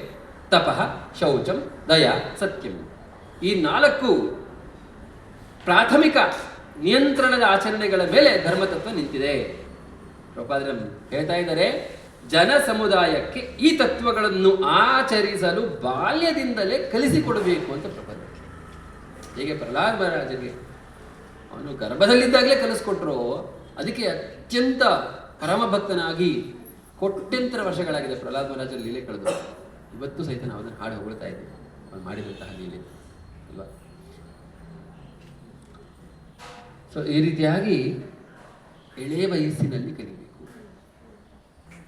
ಸಾಮಾನ್ಯವಾಗಿ ಜನ ಯಾವ ರೀತಿ ಅನ್ಕೊಂಡ್ಬಿಡ್ತಾರೆ ಅಂತಂದರೆ, ಅಯ್ಯೋ ಭಗವದ್ಗೀತೆ ಅದನ್ನೆಲ್ಲ ವಯಸ್ಸಾಗಿ ರಿಟೈರ್ ಆದಮೇಲೆ ನಾವು ಟೈಮ್ ಇರೋದು, ನಮಗೆ ಬೇರೆ ಕೆಲಸ ಮಾಡೋಕ್ಕೆ ಶಕ್ತಿ ಇರಲ್ವಲ್ಲ ದೇಹದಲ್ಲಿ, ಅವಾಗ ಒಂದು ಕಡೆ ಕೂತ್ಕೊಂಡು ನೀಟಾಗಿ ಒಗ್ಗಿದ್ದು ಕೂತ್ಕೊಂಡು ಜೀವನ ಕಳೀರಿ, ಏನು ನಿಮಗೆ ಮಾಡೋಕ್ಕೆ ಶಕ್ತಿ ಇಲ್ಲ, ಅವಾಗ ತಗೋಬೇಕು ಈ ಆಧ್ಯಾತ್ಮಿಕತೆಯನ್ನು. ಅದಕ್ಕೆ ಮುಂಚೆ ನಾವು ಜೀವನದಲ್ಲಿ ಮಾಡಿ ಕಾರ್ಯ ಮಾಡಿ ಸಾಧಿಸಬೇಕು ಅನ್ನೋ ರೀತಿಯಲ್ಲಿ ಅಪಪ್ರಚಾರ ಮಾಡ್ತಾರೆ. ಏಕೆಂದರೆ ಆ ರೀತಿ ಪ್ರಚಾರ ಮಾಡೋರಿಗೆ ನಮ್ಮ ಗೀತೆಯಲ್ಲಾಗಲಿ ಭಾಗವತದಲ್ಲಿ ಏನು ವಿಚಾರ ಇದೆ ಅನ್ನೋದೇ ಗೊತ್ತಿರಲ್ಲ. ಯಾವ ರೀತಿ ಇದೆ ಅಂತಂದರೆ, ನೀವು ಒಬ್ಬ ಅನಕ್ಷರಸ್ಥನ ಹತ್ರ ಹೋಗ್ಬಿಟ್ಟು ನಾನು PhD ಮಾಡಬೇಕಾ, ಇಂಜಿನಿಯರಿಂಗ್ ಮಾಡಬೇಕಾ, ಡಾಕ್ಟರ್ ಮಾಡಬೇಕಾ ಹೇಳಿ ಅಂತ ಹೇಳಿದೆ. ಅವನೇನಂತಾರೆ, ಏನು ಮಾಡಿಬಿಡ ಸುಮ್ಮನೆ ಕೂತ್ಕೊ ಮನೇಲಿ ಅಂತ ಅಲ್ವಾ? ಹಂಗಾಗಿದೆ ನಮ್ಮ ಪರಿಸ್ಥಿತಿ. ಯಾರ್ಯಾರ ಮಾತೋ ಕೇಳ್ತೀವಿ, ಅವರಲ್ಲೇನೋ ಅಧಿಕಾರ ಇರೋದಿಲ್ಲ ಹೇಳೋಕ್ಕೆ. ನಮ್ಮ ತಂದೆ ತಾಯಿ ಆಗಿರ್ಬೋದು, ಆದರೆ ಅವ್ರಿಗೆ ಆ ವಿಜ್ಞಾನದ ನಮ್ಮ ತಂದೆ ತಾಯಿ ಆಗಿದ್ದಾರೆ ಅಂತ ಮಾತ್ರಕ್ಕೆ ನಾನು ಹೋಗೋರ ಹತ್ರ ಇಂಜಿನಿಯರಿಂಗ್ ಪಾಠ ಹೇಳ್ಕೊಳಕ್ಕಾಗತ್ತಾ? ತಂದೆ ತಾಯಿ ಗುರುಗಳ ಸಮಾನ. ಹೌದು, ಅವರು ನಮಗೆ ಖಂಡಿತವಾಗ್ಲೂ ಅವರ ಶಕ್ತಿಯನುಸಾರ ಏನೋ ಅವರ ಕರ್ತವ್ಯ ಮಾಡಿದ್ದಾರೆ. ಹಂಗಂತ ಅವರ ಯೋಗ್ಯತೆಗೆ ಮೀರಿದ್ರೆ ನಾವು ಅವ್ರ ಹತ್ರ ಕೇಳೋಕ್ಕಾಗಲ್ಲ. ಅವ್ರ ಹತ್ರ ಹೋಗ್ಬಿಟ್ಟು ನಾವು ನನಗೆ ಡಾಕ್ಟ್ರು ಓದಿಸು, ನೀನೇ ಪಾಠ ಮಾಡು ಅಂದರೆ ಅವ್ರಿಗೇನು ಗೊತ್ತಿರುತ್ತೆ ಪಾಪ ಇವಾಗ. ಆ ಥರ ಎಲ್ಲ ನಾವು ಹೇಗೆ ಎಕ್ಸ್ಪೆಕ್ಟೇಷನ್ ಇಟ್ಕೊಳಕ್ಕಾಗಲ್ಲ. ಅದೇ ರೀತಿ ನಿಮ್ಮ ತಂದೆಗಳ ತಾಯಿಗಳೇ ಬಂದ್ಬಿಟ್ಟು ನಿಮಗೆ ಯಾಕೆ ಹೋಗ್ತಾ ಇದೆಯಾ ನೀನು ಇವಾಗ ಇಸ್ಕಾನ್ಗೆ ಅವಶ್ಯಕತೆ ಏನು ಅಂತ ಕೇಳಿದ್ರೆ ನಾವು ಅವ್ರನ್ನ ಅಗೌರವ ತೋರಿಸಿ ನಿಂದನೆ ಮಾಡಬಾರ್ದು. ಆದರೆ ಅವ್ರ ಮಾತಿಗೂ ಅಷ್ಟು ನಾವು ಬೆಲೆ ಕೊಡೋಕ್ಕಾಗಲ್ಲ. ಯಾಕೆಂದರೆ ಅವ್ರಿಗೇನು ಗೊತ್ತಿಲ್ಲ. ಅದು ನಿಮ್ಗೆ ಸಾಧ್ಯವಾದರೆ ಕೂಡಿಸ್ಕೊಂಡು ಏನಿದೆ ಅಂತ ಅವ್ರಿಗೆ ತಿಳಿಸ್ಕೊಡಿ. ಅವಾಗ ಅವರು ಹೌದಾ ಒಳ್ಳೆ ಕೆಲಸ ಮಾಡ್ತಾ ಇದೆಯಾ ಅಂತ ಹೇಳ್ಕೊಂಡು. ಇಲ್ವಾ, ನಿಮ್ಮ ಪ್ರಯತ್ನ ಪಟ್ಟ ಮೇಲೆ ಅವ್ರಿಗೆ ಅರ್ಥ ಆಗ್ತಾ ಇಲ್ವಾ? ಕೆಲವ್ರಿಗೆ ಇನ್ನೂ ಕಾಲ ಬಂದಿಲ್ಲ ಅರ್ಥ ಮಾಡ್ಕೊಳ್ಳೋಕೆ ಅಂದ್ಕೊಂಡು ನಾವು ನಮ್ಮ ಒಂದು ಸಾಧನೆಯಲ್ಲಿ ಮುಂದುವರಿಬೇಕು ಅಷ್ಟೇ. ಅದೇ ರೀತಿ ಮಕ್ಕಳಿಂದ ಇದನ್ನು ಕಲಿಸ್ಬೇಕು. ತುಂಬ ಅವಶ್ಯಕತೆ ಇದೆ. ಯಾಕೆಂದರೆ ಇದು ನಿಯಮಗಳು ಅನುಸರಿಸಿದ್ರೆ ಅವ್ರ ಜೀವನದಲ್ಲಿ ಒಳ್ಳೆ ಮಾರ್ಗದಲ್ಲಿ ಸಂಚಾರ ಮಾಡ್ತಾರೆ. ಇವಾಗ ನಾವು ಎಲ್ಲೋ ಪ್ರಯಾಣ ಮಾಡಬೇಕು ಅಂದರೆ, ಉದಾಹರಣೆಗೆ ಮತ್ತೆ ರೇಖೋ ವೃಂದಾವನಕ್ಕೆ ಹೋಗಬೇಕು ಅಂದರೆ ನಾವು ಪ್ಲ್ಯಾನ್ ಮಾಡ್ತೀವೋ ಮಾಡಲ್ಲ, ಸುಮ್ಮನೆ ಹೋಗ್ಬಿಟ್ಟು ಯಾವುದೋ ಟ್ರೈನ್ ಕೂತ್ಕೊಂಡ್ಬಿಡ್ತೀವ? ಇಲ್ಲ ಅಲ್ವಾ? ನೀಟಾಗಿ ಪ್ಲ್ಯಾನ್ ಮಾಡಿ ಅದಕ್ಕೆ ಏನೇನು ಬೇಕೋ ಅಲ್ಲಿ ಫಸ್ಟು ಬುಕ್ಕಿಂಗ್ ಮಾಡ್ತೀವಿ. ಎಲ್ಲಿ ಹೋಗ್ಬೇಕು ಅಂತ ಫಸ್ಟ್ ಸೆಲೆಕ್ಟ್ ಮಾಡ್ತೀವಿ, ಆಮೇಲೆ ಅಲ್ಲಿ ಬುಕ್ಕಿಂಗ್ ಮಾಡಿಕೊಂಡು ಯಾವ್ದು ಡೇಟೆಲ್ಲ ನಿಗದಿ ಮಾಡಿಕೊಂಡು ಆಮೇಲೆ ಟ್ರೈನು ಬುಕ್ಕಿಂಗ್ ಮಾಡ್ಕೋತೀವಿ, ಅಥವಾ ಕೆಲವು ಫ್ಲೈಟಲ್ಲಿ ಹೋಗೋ ಫ್ಲೈಟ್ ಬುಕ್ಕಿಂಗ್ ಮಾಡ್ಕೋತೀವಿ. ಎಲ್ಲ ಮಾಡಿಕೊಂಡು ನೀಟಾಗಿ ಪ್ಲ್ಯಾನ್ ಮಾಡಿಕೊಂಡು ಆಮೇಲೆ ಟ್ರೈನಲ್ಲಿ ಊಟ ಮಾಡೋಕ್ಕೋಸ್ಕರ ಅಡುಗೆ ತಯಾರಿ ಎಲ್ಲ ಪ್ಲ್ಯಾನ್ ಮಾಡ್ಕೊಳ್ತಾನೆ ಹೋಗ್ತೀವಿ ಹೊರಗಡೆ ಪ್ರವಾಸಕ್ಕೆ, ಸುಮ್ಮನೆ ಹೋಗಿ ನುಗ್ಬಿಡೋದಿಲ್ಲ. ಅದೇ ರೀತಿ ಜೀವನ ಅನ್ನೋದು ಒಂದು ದೊಡ್ಡ ಸುದೀರ್ಘ ಪ್ರಯಾಣ. ಬಾಲ್ಯಾವಸ್ಥೆ ಅನ್ನೋದು ಅದಕ್ಕೊಂದು ಪ್ಲ್ಯಾನಿಂಗ್. ಏನು ಮಾಡಬೇಕು ನಿನ್ನ ಜೀವನದಲ್ಲಿ ಅನ್ನೋಕ್ಕೆ ಒಂದು ನೀಟಾಗಿ ಮಾರ್ಗ ಹಾಕ್ಕೊಡ್ತಾರೆ ಗುರುಕುಲದಲ್ಲಿ. ಆ ರೀತಿ ಗುರುಕುಲ ಎಜುಕೇಷನ್ ಇರೋದು. ನಾವೇನು ಮಾಡ್ತೀವಿ ಇವಾಗ? ಸ್ಕೂಲು, ಕಾಲೇಜ್, ಕಾನ್ವೆಂಟ್ ಕಳಿಸ್ತೀವಿ. ಏನು ಕಲಿಸ್ತಾರೆ ಅಲ್ಲಿ ನಿಮಗೆ? ಏನು ಈ ಥರ ಜೀವನಕ್ಕೆ ಬೇಕಾದ ಮೌಲ್ಯನ ಕಲಿಸಲ್ಲ. ಅವರಿಗೆ ಇಂಗ್ಲೀಷ್ ಕಲಿಸ್ತಾರೆ ಅಥವಾ ಮ್ಯಾಥಮೆಟಿಕ್ಸ್, ಸೈನ್ಸ್ ಎಲ್ಲ ಕಲಿಸ್ತಾರೆ. ಅವೆಲ್ಲ ಅವಶ್ಯಕ, ಅವೆಲ್ಲ ತಪ್ಪು ಅಂತ ಯಾರೂ ಹೇಳ್ತಾ ಇಲ್ಲ. ಬಟ್ ಅದು ಸಾಲದು. ಒಂದು ಯಶಸ್ವಿ ಜೀವನವನ್ನು ನಡೆಸಬೇಕು ಅಂದರೆ ಇಷ್ಟಿದ್ರೆ ಸಾಕಾಗಲ್ಲ. ಅದಕ್ಕಿನ್ನೂ ಬೇಕಾದಂತಹ ಅವರಿಗೆ ಸದ್ಗುಣಗಳನ್ನು ಬೆಳೆಸಬೇಕು. ಮತ್ತು ಪ್ರಭುಪಾದರು ಮುಂದಿನ ಶ್ಲೋಕದಲ್ಲಿ 27ನೇ ಶ್ಲೋಕದಲ್ಲಿ ಕೆಲವು ಉತ್ತಮ ಮಾತುಗಳನ್ನು ಹೇಳ್ತಾರೆ. ಅದ್ರ ಬಗ್ಗೆ ಆವಾಗ ನಾನು ಚರ್ಚೆ ಮಾಡ್ತೀನಿ. ಏನೇನು ಕಲಿಸ್ತಾರೆ ಗುರುಕುಲದಲ್ಲಿ, ಅದರ ಅವಶ್ಯಕತೆ ಏನು? ಈಗಿನ ಒಂದು ಎಜುಕೇಷನ್ ಸಿಸ್ಟಮಲ್ಲಿ ಅದು ಯಾಕಿಲ್ಲ ಅದನ್ನೆಲ್ಲ ನಾವು ನೀಟಾಗಿ ಸ್ಟಡಿ ಮಾಡಿ ಅರ್ಥ ಮಾಡ್ಕೋಬೇಕು. ಆವಾಗ ನಾವೇನು ಅರ್ಥ ಮಾಡ್ಕೋತೀವಿ ಅಂತಂದರೆ, ಹೌದು, ಮಕ್ಕಳಿಗೆ ನಾವು ಬಾಲ್ಯಾವಸ್ಥೆಯಿಂದಾನೇ ಇದನ್ನೆಲ್ಲ ಕಲಿಸ್ಬೇಕು ಅಂತ ನೀಟಾಗಿ ಅರ್ಥ ಮಾಡ್ತೀವಿ. ಪ್ರಭುಪಾದರೀಗ ಈ 4 ಏನು ಧರ್ಮದ ಅಡಿಪಾಯಗಳಿದೆ ನೋಡಿ, ಪಿಲ್ಲರ್ಸ್, ಧರ್ಮದ ಫೌಂಡೇಶನ್ ಆಗಿರ್ಬೋದು ಅಥವಾ ಧರ್ಮದ ಪಿಲ್ಲರ್ಸ್ ಆಗಿರ್ಬೋದು, ಆ 4 ಏನು ಅನ್ನೋದನ್ನ ಸ್ವಲ್ಪ ಬಿಡಿಸಿ ತಿಳಿಸ್ತಾರೆ ಪ್ರಭುಪಾದರು. ಅದರ ಅವಶ್ಯಕತೆ ಏನು ಅಂತ. ಮೊದಲನೇದು ತಪಸ್ ಅಥವಾ ಆಸ್ಟೆರಿಟಿ. ಏನದು ತಪಸ್? ತಪಸ್ಸು ಅಂತಂದ್ರೆ ಆಧ್ಯಾತ್ಮಿಕ ಪ್ರಗತಿಗೋಸ್ಕರ ನನ್ನ ದೇಹಕ್ಕೆ ಅನುಕೂಲ ಇಲ್ಲದೇ ಇರುವಂತಹ ಕೆಲವು ವಸ್ತುಗಳನ್ನ ಸ್ವೀಕಾರ ಮಾಡೋದು. ಪ್ರಭಾದ ಎಕ್ಸಾಂಪಲ್ ಕೊಡ್ತಾ ಇದ್ದಾರೆ. ಎಕ್ಸಾಂಪಲ್, ಉಪವಾಸ ಮಾಡೋದು ದೇಹಕ್ಕೆ ಅಷ್ಟು ಇಷ್ಟ ಇಲ್ಲ. ದೇಹಕ್ಕೆ ಏನು ಇಷ್ಟ ಅಂದರೆ ಚೆನ್ನಾಗಿ ಭಕ್ಷ್ಯ ಭೋಜ್ಯಗಳು ತಿನ್ಕೊಂಡು ಆರಾಮಾಗಿರೋದು ದೇಹಕ್ಕೆ ಇಷ್ಟ ಅಲ್ವಾ? ಉಪವಾಸ ಮಾಡೋದು ಕೆಲವು ಹೊಟ್ಟೆ ಹಸಿಯುತ್ತೆ ಉಪವಾಸ ಮಾಡಿದಾಗ. ಮೊನ್ನೆ ಶುಕ್ರವಾರ ನಾವೆಲ್ಲ ಉಪವಾಸ ಮಾಡಿದ್ದೀವಿ ಅಲ್ವಾ? ಭಕ್ತಿ ಠಾಕೂರ್ ಅವರ ಅಪಿಯರೆನ್ಸ್ ಡೇ. ಮತ್ತು ಇನ್ನೊಂದು 4 ದಿನ ಕಳ್ಕೊಂಡ್ರೆ ಏಕಾದಶಿ ಬರುತ್ತೆ. ಉಪವಾಸ ಮಾಡ್ತೀವಿ ಅವತ್ತು. ಉಪವಾಸ ಮಾಡ್ಬೇಕಾದ್ರೆ ನಮಗೆಲ್ಲ ಸ್ವಲ್ಪ ಆಹಾರದ ಮೇಲೆ ಗಮನ ಹೋಗುತ್ತೆ. ಅಂದರೆ ಹೊಟ್ಟೆ ಹಸಿತಾ ಇದೆಯೋ ತಿನ್ನಬೇಕು ಅನ್ಸುತ್ತೆ. ಸ್ವಲ್ಪ ಅಂಥ ಟೈಮಲ್ಲಿ ಹಣ್ಣು ತಿನ್ಕೊಳ್ಳಿ ಅಷ್ಟೇ. ಏನೋ ತಿನ್ನಲೇಬೇಕು, ತಿನ್ನದೇ ಇದ್ರೆ ನನಗೆ ಜಪ ಮಾಡೋಕ್ಕಾಗಲ್ಲಪ್ಪ. ಮನಸ್ಸು ಬರೀ ಹೊಟ್ಟೆ ಹಸಿತಾ ಇದೆ ಅನ್ನೋದ್ರ ಮೇಲೆ ಹೋಗುತ್ತೆ. ಯಾಕೆ ಉಪವಾಸ ಅನ್ನೋದು ತತ್ವ ಏನಿರೋದು ಆಧ್ಯಾತ್ಮಿಕ ಪ್ರಗತಿಗೆ ಟೈಮ್ ಮಾಡ್ಕೊಳ್ಳೋಣ. ಇವಾಗ ಮನೇಲಿ ಅಡುಗೆ ಮಾಡಬೇಕಪ್ಪ ಡೀಟೇಲ್ಡ್ ಆಗಿ ಅಂತಂದರೆ ಬೆಳಗ್ಗೆ 6 ಗಂಟೆಯಿಂದ 10 ಗಂಟೆ ತನಕ ಫುಲ್ ಲಾಕ್ ಕಿಚನ್ ಅಲ್ವಾ? ಫುಲ್ ಎಲ್ಲ ತಯಾರಿ ಮಾಡಬೇಕು, ಹಿಂದಿನ ತಯಾರಿ ಮಾಡ್ಕೋಬೇಕು. ಆಮೇಲೆ ಅದನ್ನು ಬಡಿಸ್ಬೇಕು, ಪಾತ್ರೆ ಫುಲ್ ಇಡೀ ದಿನ ಅಲ್ಲೇ ಆಗೋಗುತ್ತೆ. ಅವತ್ತು ಒಂದಿನ ಎಲ್ಲ ರೆಸ್ಟ್ ಕೊಟ್ಬಿಡೋಣ, ಜಪ ಮಾಡೋಣ ಅವತ್ತು ಅಲ್ಲ. ಜಪ ಮಾಡೋಕ್ಕೆ ಕೂತ್ಕೊಂಡ್ರೆ ಮನಸ್ಸು ಹಸುವಾಗ್ತಾ ಇದೆಯಲ್ಲ, ಬಗೆನೇ ಹೋಗ್ತಾ ಇದೆ, ಏನು ಮಾಡೋಣ ಅಂದರೆ ಹಣ್ಣು ತಿನ್ನೋಣ, ಹಾಲು ಕುಡಿಯೋಣ, ಸಿಂಪಲ್. ಅದಕ್ಕೆ ಕುಕ್ಕಿಂಗ್ ಮಾಡಬೇಕಾಗಿಲ್ಲ, ನೀವು ಒಲೆ ಹಚ್ಚಬೇಕಾಗಿಲ್ಲ. ಒಲೆ ಹಚ್ಚ ಅವಶ್ಯಕತೆ ಇಲ್ಲೇ ಇರೋಂಥ ಐಟಮ್ಸ್ ಪ್ರಿಫರ್ ಮಾಡಿ ಏಕಾದಶಿ. ಹಣ್ಣು ತಿನ್ಕೊಂಡು ಇರ್ಬೋದಾ? ಎಲ್ಲರೂ ಕೈ ಎತ್ತಿ. ಒಂದಿನ ಹಣ್ಣು ತಿನ್ಕೊಂಡು ಇರ್ಬೋದಾ? ಆಗತ್ತಾ ಇಲ್ವಾ? ಎಲ್ಲರೂ ಮುಂದಿನ ಏಕಾದಶಿ ಬರೀ ಹಣ್ಣಿನಲ್ಲಿ ಇರ್ತೀರಾ? ಹಣ್ಣು ಹಾಲಲ್ಲಿ ರೆಡಿನಾ ಎಲ್ಲರೂ? ಸರಿ, ಹಣ್ಣು ಹಾಲಲ್ಲಿ ರೆಡಿದ್ದು ಒಂದಿನ ಇದ್ದು ನೋಡಬೇಕು. ಅವಾಗ ಗೊತ್ತಾಗುತ್ತೆ ನಮ್ಮ ಮನಸ್ಸು ಎಷ್ಟು ಕೂಲ್ ಆಗುತ್ತೆ. ತಾಳ್ಮೆಯಿಂದ ಅವತ್ತು ಯೋಚನೆ ಮಾಡ್ಬೋದು. ಚಂಚಲತೆ ಇರೋದಿಲ್ಲ ಜಾಸ್ತಿ, ಮತ್ತೆ ರಜಸ್ಸು ತುಂಬಿರಲ್ಲ ಅವತ್ತು. ಕೆಲವರು ತುಂಬ ದೈಹಿಕ ಕೆಲಸಗಳು ಮಾಡ್ತಾರಲ್ಲ, ಅಂದರೆ ಪರಿಶ್ರಮ ಪಟ್ಟು ಮಾಡುವಂಥ ಕೆಲಸಗಳು ಮಾಡೋರು, ಯಾರು ಕೂಲಿ ನಾಲೆ ಮಾಡೋರು, ಇಟ್ಟಿಗೆ ಅವರವರು ಮನೆ ಅಂಥವ್ರಿಗೆ ಬಹುಶಃ ಬೇಕಾಗುತ್ತೆ ಆಹಾರ. ಅಂಥವ್ರಿಗೆ ಮಾತ್ರ ಪ್ರಭುಪಾದರು ಅನುಕಲ್ಪ ಪ್ರಸಾದ ಅಂತ ಹೇಳಿದ್ರು. ಅಲ್ವಾ? ನಾವೇನು ಮಾಡ್ತೀವಿ ಅಂದರೆ ಅನುಕಲ್ಪ ಫೀಸ್ಟ್ ಮಾಡ್ಬಿಡ್ತೀವಿ ಅಲ್ವಾ? ಚಪ್ಪನ್ ಭೋಗ್ ಮಾಡ್ಕೊಳ್ತಿದ್ದೀವಿ. ಅದಲ್ಲ ಏಕಾದಶಿ ಉದ್ದೇಶ, ಅದಲ್ಲ. ಏಕಾದಶಿ ಉದ್ದೇಶ ಉಪವಾಸ ಮಾಡೋದು. ಅನುಕಲ್ಪ ಪ್ರಸಾದ ಯಾರಿಗೆ ಹೇಳಿದ್ರು ಅಂತಂದರೆ, ಯಾರು ತುಂಬ ದೈಹಿಕವಾಗಿ ಪರಿಶ್ರಮ ಪಡ್ತಾರೆ, ಅವರಿಗೆ ಶಕ್ತಿ ಇಲ್ಲ ಹಾಗಂದರೆ ಅವತ್ತು ಕೆಲಸ ಮಾಡೋಕ್ಕಾಗೋದಿಲ್ಲ ಅಲ್ವಾ? ಉದಾಹರಣೆಗೆ ಯಾರೋ ನರ್ಸ್ ಅಂತ ಇಟ್ಕೊಳ್ಳಿ, ಪಾಪ ಅಲ್ಲಿ ಇವರು ಪೇಷಂಟ್ಸನ್ನು ನೋಡ್ಕೋಬೇಕು, ಇವರೇ ತಲೆ ಬಿದ್ದರೆ ಪಾಪ ಪೇಷಂಟ್ಸ್ ಏನು ನೋಡ್ಕೋತಾರೆ ಅಲ್ವಾ? ಅಂಥವ್ರಿಗೆ ಅನುಕಲ್ಪ ಪ್ರಸಾದ ತಗೊಳ್ಳಿ, ತೊಂದರೆ ಇಲ್ಲ. ನೀವು ಕೆಲಸಕ್ಕೆ ಹೋಗಲೇಬೇಕು, ಯಾಕೆ ಉಪವಾಸ ರಜೆ ಕೊಡೋದಿಲ್ಲ. ರಜೆ ಏನಂದರೆ ಸಂಡೇ ಕೊಡ್ತಾರೆ, ಯಾಕಂದರೆ ಸಂಡೇ ಹೋಲಿಡೇ ಫಾರ್ ಕ್ರಿಶ್ಚಿಯನ್ಸ್. ಪಾಶ್ಚಿಮಾತ್ಯದವರಿಗೆ ಅದು ಹೋಲಿಡೇ, ಅದು ರಜೆ ಕೊಡ. ಆ್ಯಕ್ಚುಲಿ ಭಾರತೀಯ ಕ್ಯಾಲೆಂಡರ್ ಪ್ರಕಾರ ಏಕಾದಶಿ ದಿನ ರಜೆ ಕೊಡಬೇಕು, ಅವತ್ತು ನಮಗೆ ರಜೆ ಕೊಡಬೇಕು ಆಗಿರೋದು ಆ್ಯಕ್ಚುಲಿ. ಬಟ್ ಎಲ್ಲ ನಾವು ಪಾಶ್ಚಿಮಾತ್ಯನ ಅನುಸರಿಸ್ತಾ ಇದ್ದೀವಿ.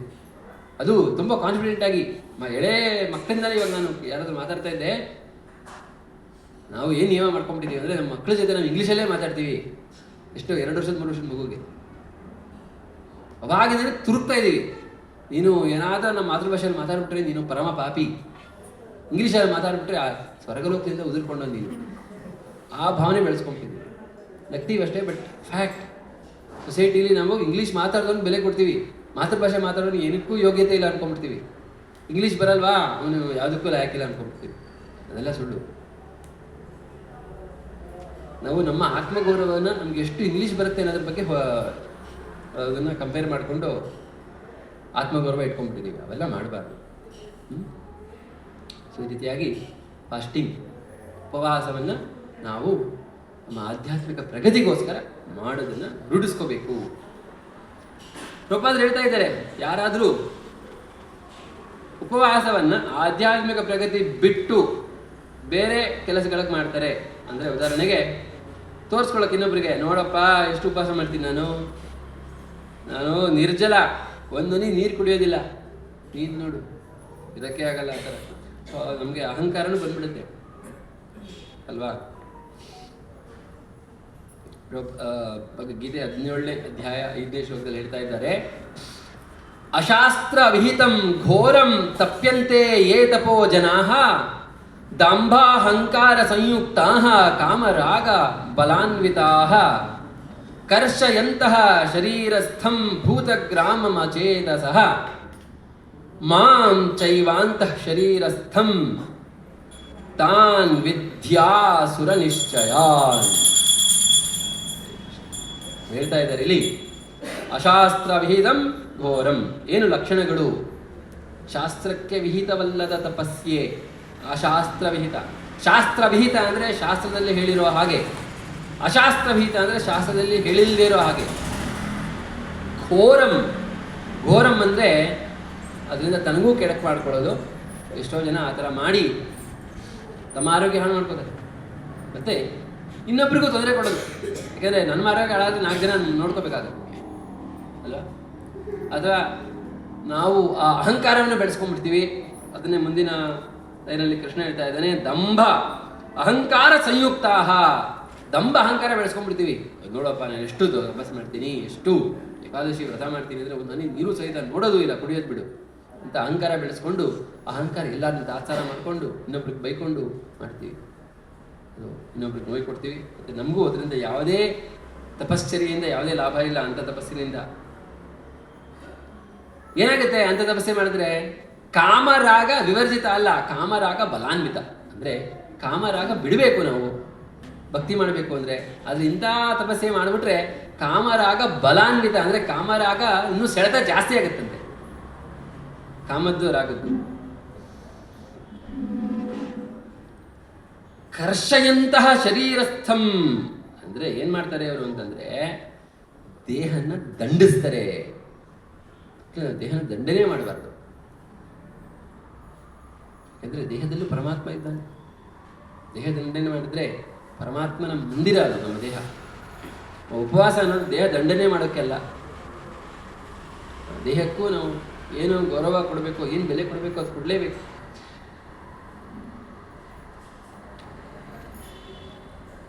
ಮಾಂ ಅಂತಃ ಶರೀರಸ್ಥಂ ತಾನ್ ವಿದ್ಯೆ ಅಸುರ ನಿಶ್ಚಯನ್. ಕೃಷ್ಣ ಹೇಳ್ತಾ ಇದ್ದಾನೆ, ದೇಹವನ್ನು ದಂಡಿಸ್ತಾ ಇದ್ದಾರೆ. ಅಷ್ಟು ಮಾತ್ರ ಅಲ್ಲ, ಮಾಂ ಚೈವ ಅಂತಃ ಶರೀರಸ್ಥಂ, ನಾನೂ ಸಹಿತ ಅವನ ದೇಹದಲ್ಲಿದ್ದೀನಿ, ನನಗೂ ದಂಡನೆ ಕೊಡ್ತಾನೆ. ಸೊ ಅಂತಹ ತಪಸ್ಸು ಮಾಡೋದ್ರಿಂದ, ಅಂತಹ ಏಕಾದಶಿ ಮಾಡೋದ್ರಿಂದ ಪರಮಾತ್ಮನಿಗೆ ಹತ್ರ ಹೋಗ್ತಾ ಇಲ್ಲ, ಪರಮಾತ್ಮನ ದೂರ ತಳ್ತಾ ಇದೀವಿ. ಎಂತಹ ಏಕಾದಶಿ ಮಾಡಿದ್ರೆ ಅಹಂಕಾರದಿಂದ ಪ್ರೇರಿತವಾದ, ಹಂಗಂತ ಎಲ್ಲ ನಿರ್ಜಲ ಮಾಡೋರು ಅಹಂಕಾರಿಗಳು ಅಂತಲ್ಲ. ನಿರ್ಜಲ ಮಾಡೋಕ್ಕೂ ಒಂದು ಯೋಗ್ಯತೆ ಬೇಕು. ಏನಂದರೆ ಅವರು ನಿರ್ಜಲ ಮಾಡಿದ ಸಹಿತ ಅವರಲ್ಲಿ ವಿನಯತೆ ಇರಬೇಕು, ಅಂತ ಅವನು ನಿರ್ಜಲ ಮಾಡ್ಬೋದು. ಅಹಂಕಾರ ತಪ್ಪಿಸ್ಕೊಂಡು ಉಪಯೋಗ ಇಲ್ಲ. ಅಂಥವ್ರು ಹೋಗ್ಬಿಟ್ಟು ನಿಜವಾಗ್ಲೂ ಹಣ್ಣು ಹಾಲು ತಿಂದು ಅನುಕಲ್ಪ ಪ್ರಸಾದ ಅಂಥವ್ರು ತಗೊಳ್ಳಿ. ಯಾಕಂದರೆ ಅವಾಗ ಅವರ ಅಹಂಕಾರ ಕಮ್ಮಿ ಆಗುತ್ತೆ, ಅವಾಗ ಕೃಷ್ಣನ ಹತ್ರ ಆಗ್ತಾರೆ. ಅದರಿಂದ ಎಲ್ಲರಿಗೂ ಒಂದೇ ರೂಲ್ ಮಾಡೋಕ್ಕಾಗಲ್ಲ. ಇಂತಹ ಯಾರಾದರೂ ಇಂಥ ತಪಸ್ ಮಾಡಿದ್ರೆ ಅದು ಅಸುರರಿಂದ ಪ್ರೇರಿತವಾದಂತಹ ಉಪವಾಸ. ಉದಾಹರಣೆಗೆ ಹಿರಣ್ಯಕಶಿಪು ನಿಮಗೆಲ್ಲ ಗೊತ್ತೇ ಇದೆ, ಎಷ್ಟು ವರ್ಷ ಉಪವಾಸ ಮಾಡಿದ ಅವನು. ನೇ ಕಾಲದಲ್ಲಿ ನಿಂತ್ಕೊಂಡು ಅವನ ದೇಹ ಎಲ್ಲ ಎಲುಬು ಮೂಳೆ ಆಗೋಗಿತ್ತು, ಅವನ ದೇಹ ಸುತ್ತ ಎಲ್ಲ ಪುತ್ರ ಬೆಳ್ಕೊಂಬಿಟ್ಟಿತ್ತು. ಅವನು ತಪಸ್ ಮಾಡ್ತಾ ಇದ್ದ. ಅಸುರ ಪ್ರೇರಿತ ತಪಸ್ಸು. ಅದಕ್ಕೆ ಹೇಗೆ ಅಸುರ ಪ್ರೇರಿತ ಅಂತ ಗೊತ್ತಾಯಿತು ಅನ್ನೋಕ್ಕೆ ಪ್ರಭುಪಾದರು ಮುಂದಿನ ಶ್ಲೋಕದಲ್ಲಿ ಕೊಡ್ತಾ ಇದ್ದಾರೆ. ಅಂದರೆ ಮುಂದಿನ ಇದರಲ್ಲಿ ಇದೇ ಭಾವಾರ್ಥದಲ್ಲಿ ಒಂದು ಪಾಯಿಂಟ್ ಹೇಳ್ತಾರೆ ಪ್ರಭುಪಾದರು. ಏನಂತ ಹೇಳ್ತಾರೆ ಅಂತಂದರೆ,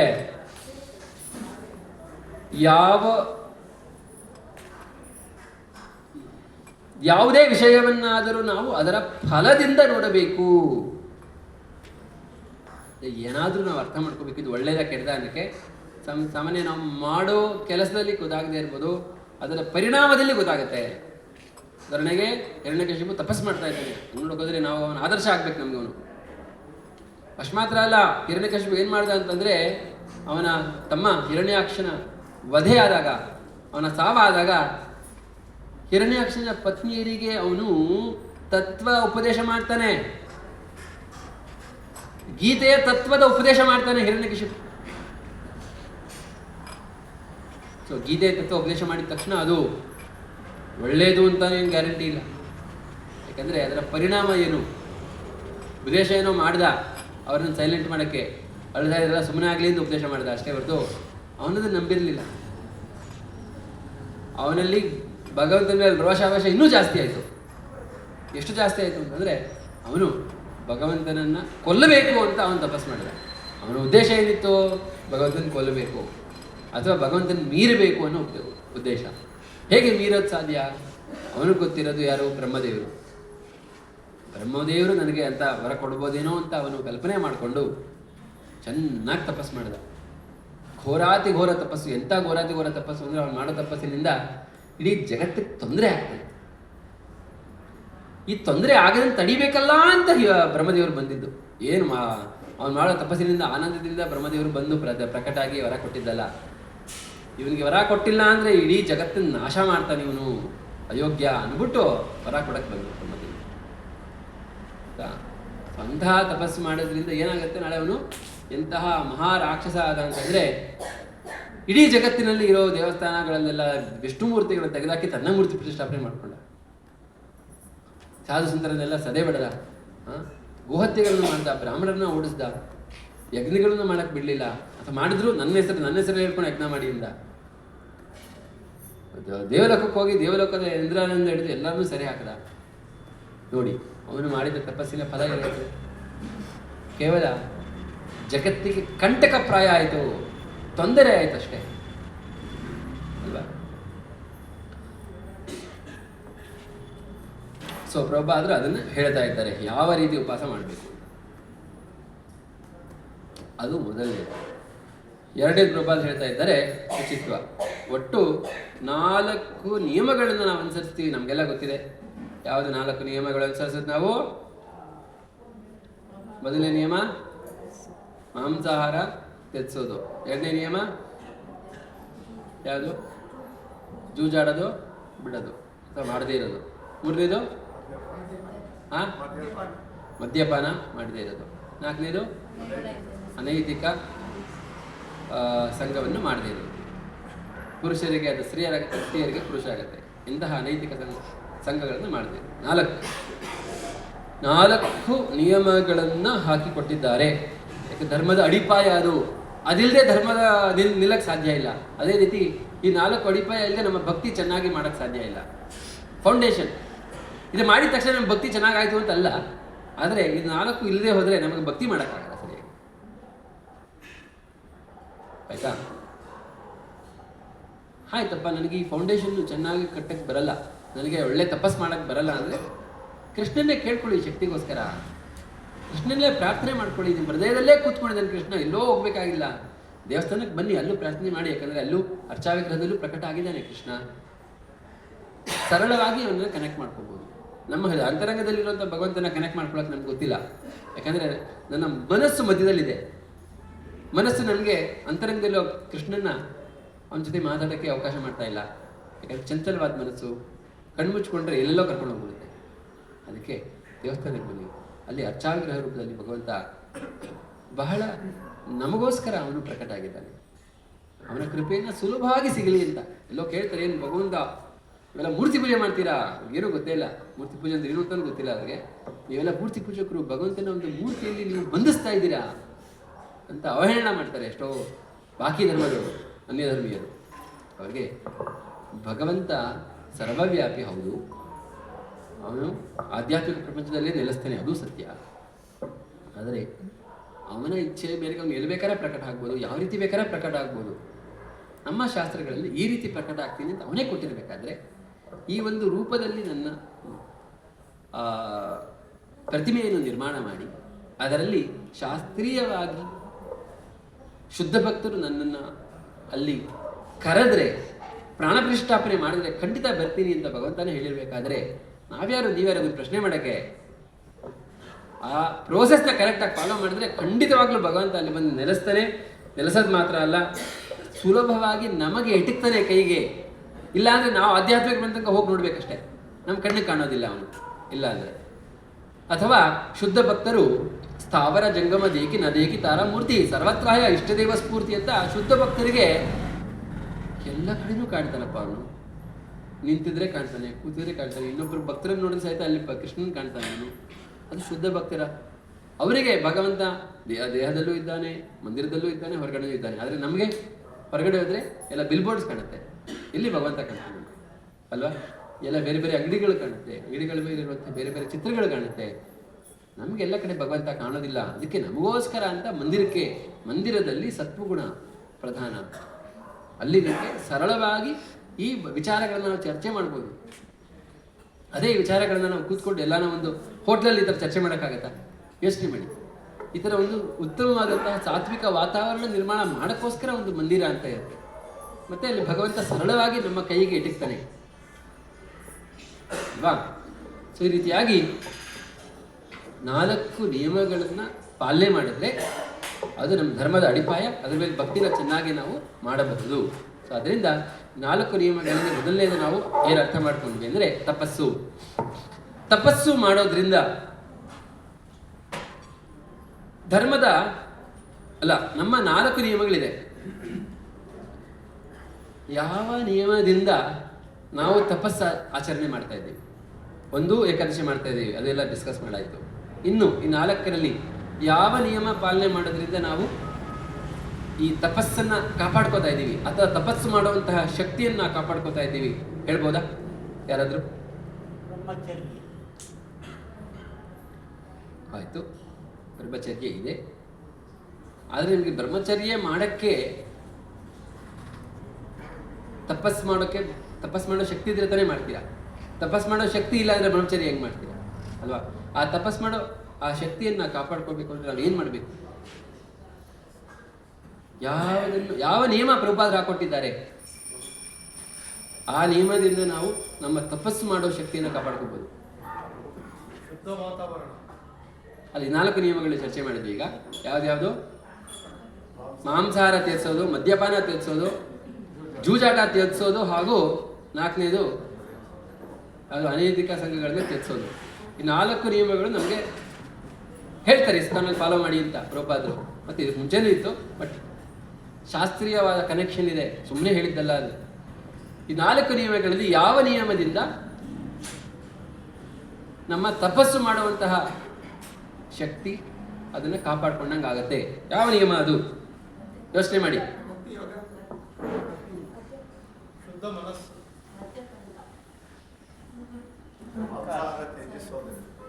ಯಾರು ಹೇಳಿತು? ಕೈ ಐತಿ?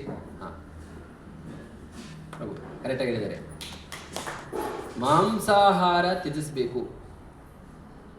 ಯಾರು ಮಾಂಸಾಹಾರ ತಿಂತಾ ಇರ್ತೀವಿ ಅವರಿಗೆ ತಪಸ್ ಮಾಡೋ ಶಕ್ತಿ ಇರಲ್ಲ. ಅದಕ್ಕೆ ನೋಡಿ, ಯಾರಾದ್ರೂ ಇವಾಗ ಬೇರೆ ಮಾಂಸಾಹಾರ ತಿನ್ನೋ ಜಾತಿಲಿ ಹುಟ್ಟಿದ್ರಿಂದ ಅವರು ಏನಾದ್ರೂ ವ್ರತ ಮಾಡಬೇಕು ಅಂದ್ರೆ ವ್ರತದಲ್ಲಿ ಏನಿರುತ್ತೆ ನಿಯಮ? ಮಾಂಸ ತಿನ್ನಂಗಿಲ್ಲ ಅಂತಿರುತ್ತೆ. ಹಾ, ಸಾತ್ವಿಕ ಆಹಾರ. ಸಾತ್ವಿಕ ಆಹಾರ. ಮಾಂಸಾಹಾರದಲ್ಲಿ ನಮ್ಮ ಪ್ರಭುಪಾದರು ಏನು ಆ್ಯಡ್ ಮಾಡಿದ್ದಾರೆ ಅಂದರೆ ಈರುಳ್ಳಿ ಬೆಳ್ಳುಳ್ಳಿ ಸೇರಿಸ್ಬಿಟ್ಟಿದ್ದಾರೆ, ಅದು ಬಿಟ್ಬಿಡಿ ಅಂತ. ಯಾಕಂದ್ರೆ ಅಸಾತ್ವಿಕವಾದದ್ದು. ಸಾತ್ವಿಕ ಆಹಾರ ಇರಬೇಕು. ನೀವು ಹೇಳಿದಂಗೆ ಸಾತ್ವಿಕ ಆಹಾರ ಇದ್ದರೆ ಅವಾಗ ನಮಗೆ ಸುಲಭವಾಗಿ ನಾವು ತಪಶ್ಚರ್ಯ ಮಾಡ್ಬೋದು. ಆಯ್ತಾ? ಎರಡನೇದು ಬರ್ತಾ ಇದ್ದಾರೆ ಪ್ರಭುಪಾದರೀಗ, ಅದು ಶುದ್ಧತೆ, ಕ್ಲೆನ್ಲಿನೆಸ್, ಶುಚಿತ್ವ. ಶುಚಿತ್ವ ಅನ್ನೋದು ಪ್ರಭುಪಾದ ಹೇಳ್ತಾ ಇದ್ದಾರೆ ದೇಹಕ್ಕೂ ಬೇಕು, ಮನಸ್ಸಿಗೂ ಬೇಕು. ಮೂಲತಃ ನಾವು ಆತ್ಮಶುದ್ಧಿ ಮಾಡ್ಕೋಬೇಕು. ಆತ್ಮಶುದ್ಧಿ ಅಂದರೆ ಅದು ಸ್ವಲ್ಪ ಆಳವಾಗಿದೆ. ಏನದು ಅಂತಂದರೆ ನಮ್ಮ ವಾಸನೆಗಳ ಶುದ್ಧಿ ಮಾಡ್ಕೋಬೇಕು, ನಮ್ಮ ಆಸೆಗಳ ಶುದ್ಧಿ ಮಾಡ್ಕೋಬೇಕು, ಅವೆಲ್ಲ ಇದೆ. ಈಗ ಪ್ರಭುಪಾದ ಹೇಳ್ತಾ ಇರೋದು, ನಾವು ಧರ್ಮ ಅಥವಾ ಭಕ್ತಿಯನ್ನು ಮಾಡಬೇಕು ಅಂದರೆ ಶುಚಿತ್ವ ಕಾಪಾಡ್ಕೋಬೇಕು. ಶುಚಿತ್ವ ಅಂದರೆ ಯಾವುದರ ಶುಚಿತ್ವ? ಎರಡು ಹೇಳ್ತಾ ಇದ್ದಾರೆ. ಒಂದು ದೇಹ, ಇನ್ನೊಂದು ಮನಸ್ಸು. ದೇಹದ ಶುಚಿತ್ವ ಹೇಗೆ ಕಾಪಾಡ್ಕೋತೀವಿ? ದಿನನಿತ್ಯ ಸ್ನಾನ ಮಾಡಬೇಕು. ಸರಳ ನಿಯಮ. ಬಟ್ ಎಷ್ಟೋ ಜನ ಅದನ್ನು ಮಾಡೋದಿಲ್ಲ, ಇಲ್ಲ. ಭಾನುವಾರ ಬಂತು ಅಂದರೆ ಸ್ನಾನ ಮಾಡೋ ದಿನ, ಆ ರೀತಿ. ಯಾಕಂದರೆ ಕೆಲವರು ತಮೋ ಗುಣದಲ್ಲಿ ಎಷ್ಟು ಆಳವಾಗಿ ಹೊಕ್ಕಿರ್ತಾರೆ ಅಂದರೆ ಅವರಿಗೆ ಸ್ನಾನ ಮಾಡಬೇಕು ಅನ್ಸೋದೇ ಇಲ್ಲ. ಆದರೆ ಒಂದು ಸತ್ವಗುಣದಲ್ಲಿ ಜೀವನ ಮಾಡೋರಿಗೆ ಒಂದಿನ ಸ್ನಾನ ಮಾಡಿಲ್ಲ ಅಂದರೆ, ಒಂದಿನ ಯಾಕೆ, ಬೆಳಗ್ಗೆ ಎದ್ದಾಗ ಸ್ನಾನ ಮಾಡಿಲ್ಲ ಅಂದ್ರೆ ಇರೋಕ್ಕಾಗಲ್ಲ. ಸ್ನಾನ ಮಾಡದೆ ಅಡುಗೆ ಮನೆ ಪ್ರವೇಶ ಮಾಡೋಕ್ಕೆ ಒಂಥರ ಅನ್ಸುತ್ತೆ. ಭಕ್ತಿಗೆ ಬಂದಮೇಲೆ, ಭಕ್ತಿ ಬರೋಕ್ಕೆ ಮುಂಚೆ ಅಡುಗೆ ಮಾಡಿ ಎಲ್ಲ ಮಾಡಿ ಮಧ್ಯಾಹ್ನ ಟೈಮ್ ಆದರೆ ಸ್ನಾನ ಮಾಡ್ತಾ ಇದ್ವಿ. ಭಕ್ತಿಗೆ ಬಂದಾಗ ಬೆಳಗ್ಗೆ ಎದ್ದ ತಕ್ಷಣ ಎಲ್ಲ ಆಗ್ಬಿಡ್ಬೇಕಪ್ಪ, ಕ್ಲೀನ್ ಆಗ್ಬಿಟ್ಟು ಆಮೇಲೆ ಅಡುಗೆ ಮನೆಗೆ ಬರಬೇಕು. ನೋಡಿ, ನಾವೇ ಪರೀಕ್ಷೆ ಮಾಡಿ ನೋಡಬೇಕು. ನಾವು ಏನೋ ಸ್ನಾನ ಮಾಡಿದೆ, ಏನೂ ಮಾಡಿದೆ ಮಾಡೋ ಅಡುಗೆ, ಅದರಲ್ಲಿರುವಂತಹ ಪರಿಣಾಮ ಎಲ್ಲ ನೀಟಾಗಿ ಸ್ನಾನ ಮಾಡಿಕೊಂಡು ಒಳ್ಳೆ ಮನಸ್ಸಿನಿಂದ ಅಡುಗೆ ಮನೆಗೆ ಹೋಗಿ ಅವಾಗ ಅಡುಗೆ ಮಾಡ್ತೀವಲ್ಲ, ಅದರ ಪರಿಣಾಮ ನಮಗೇ ಗೊತ್ತಾಗಿದೆ, ಯಾರೂ ಒಂದು ಹೇಳಬೇಕಾಗಿಲ್ಲ ಅಲ್ವಾ? ಫಲೇನ ಪರಿಚಯತೆ ಅಂತ ಪ್ರಭುಪಾದರು ಹೇಳ್ತಾರೆ. ನಾವೇನು ನಿಯಮಗಳು ಹಾಕೊಂಡಿದ್ದೀವಿ ಅದರ ಫಲ ತಕ್ಷಣ ಸಿಕ್ಬಿಡುತ್ತೆ ನಮಗೆ. ಏನೋ 100 ವರ್ಷ ಕಾದು ನೋಡಬೇಕಾಗಿಲ್ಲ. ನಮ್ಮ ಲೈಫ್ ಸ್ಟೈಲಲ್ಲೇ ಗೊತ್ತಾಗುತ್ತೆ ಮುಂಚೆ ಹೆಂಗಿದ್ದೆ ಇವಾಗ ಹೆಂಗಿದ್ದೆ ಅಂತ. ಸೊ ಅದು ದೈಹಿಕವಾದದ್ದು. ಬಟ್ ದೈಹಿಕ ಸಾಲದು, ಮಾನಸಿಕವಾಗೂ ಶುದ್ಧತೆ ಬೇಕು. ಪ್ರಭುಪಾದರು ಹೇಳ್ತಾ ಇದ್ದಾರೆ, ಮಾನಸಿಕ ಶುದ್ಧತೆ ಬೇಕು ಅಂತಂದರೆ ನಮ್ಮ ಮನಸ್ಸನ್ನು ಕ್ಲೀನ್ ಮಾಡಬೇಕು. ಮನಸ್ಸನ್ನು ಕ್ಲೀನ್ ಮಾಡೋದು ಹೇಗೆ ಅಂತಂದರೆ ಸರಳ. ದಿನಾ ಬೆಳಗ್ಗೆ ನಾವು ಏನು ಹೇಳ್ತೀವಿ ಶಿಕ್ಷಾಷ್ಟಕಾದಲ್ಲಿ ಮೊದಲನೇದು ಏನು ಬರುತ್ತೆ? ಚೇತೋ ದರ್ಪಣ ಮಾರ್ಜನಂ. ಅಂದರೆ ಮಾರ್ಜನ ಅಂದರೆ ಕನ್ನಡಿ, ದರ್ಪಣ ಅಂದರೆ ಕನ್ನಡಿ, ಮಾರ್ಜನ ಅಂದರೆ ಕ್ಲೀನ್ ಮಾಡೋದು. ಯಾವುದು? ಚೇತ ಅಥವಾ ಮನಸ್ಸು ಅಥವಾ ಚೇತನ, ಅದನ್ನು ಚೆನ್ನಾಗಿ ತೊಳೆಯೋದು. ಯಾವುದರಿಂದ ತೊಳಿತೀವಿ? ಹರಿನಾಮದಿಂದ. ನಾವು ಮನಸ್ಸನ್ನು ನಿಜವಾಗ್ಲೂ ಶುದ್ಧಿ ಮಾಡ್ಕೋಬೇಕು ಅಂದರೆ ಹರಿನಾಮವನ್ನು ಚೆನ್ನಾಗಿ, ಕೃಷ್ಣನ ನಾಮವನ್ನು ನಾವು ಸ್ಮರಣೆ ಮಾಡಬೇಕು, ಹರಿನಾಮದ ಜಪವನ್ನು ಮಾಡಬೇಕು. ಆವಾಗ ಮನಸ್ಸು ಕ್ಲೀನ್ ಆಗ್ತಾ ಬರುತ್ತೆ.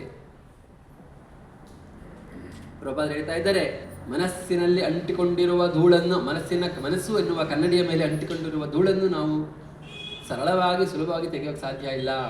ಅದನ್ನು ತೆಗಿಬೇಕು ಅಂದರೆ ಹರಿನಾಮವನ್ನು ಮಾಡಬೇಕು, ಆವಾಗಲೇ ನೀಟಾಗಿ ತೆಗೆಯೋಕ್ಕೆ ಸಾಧ್ಯ.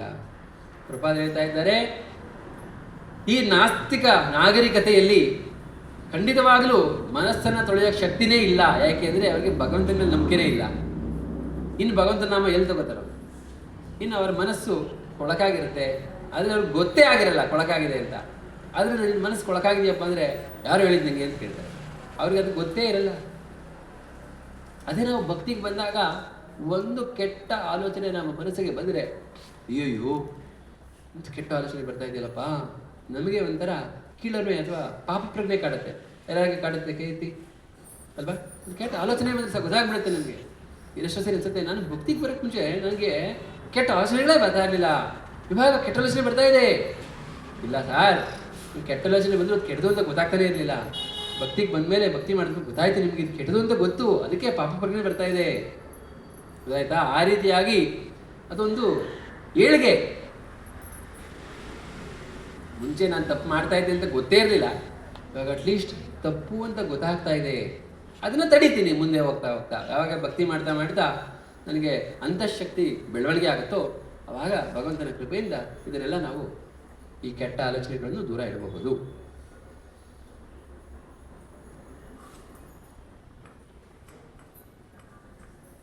ಆಯಿತು. ಇವಾಗ ನಮ್ಮ 4 ನಿಯಮಗಳಲ್ಲಿ ಯಾವ ನಿಯಮವನ್ನು ನಾವು ಪಾಲನೆ ಮಾಡೋದ್ರಿಂದ ನಮ್ಮ ಶುಚಿತ್ವವನ್ನು ನಾವು ಕಾಪಾಡ್ಕೋಬಹುದು?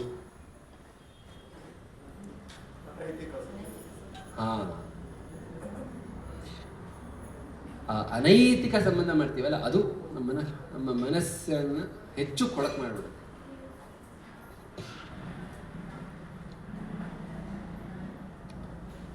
ಯಾವಾಗ ಮನಸ್ಸು ಕೊಳಕಾಗೋಗುತ್ತೆ ಯಾವಾಗ ಮತ್ತೆ ನಾವು ಭಕ್ತಿಯಲ್ಲಿ ಅಥವಾ ಕೃಷ್ಣ ನಾಮದಲ್ಲಿ ಮನಸ್ಸನ್ನು ಇಡಕ್ಕಾಗೋದಿಲ್ಲ. ಸೊ ಈ ರೀತಿಯಾಗಿ ಎರಡನ್ನು ಚರ್ಚೆ ಮಾಡಿದ್ದೀವಿ.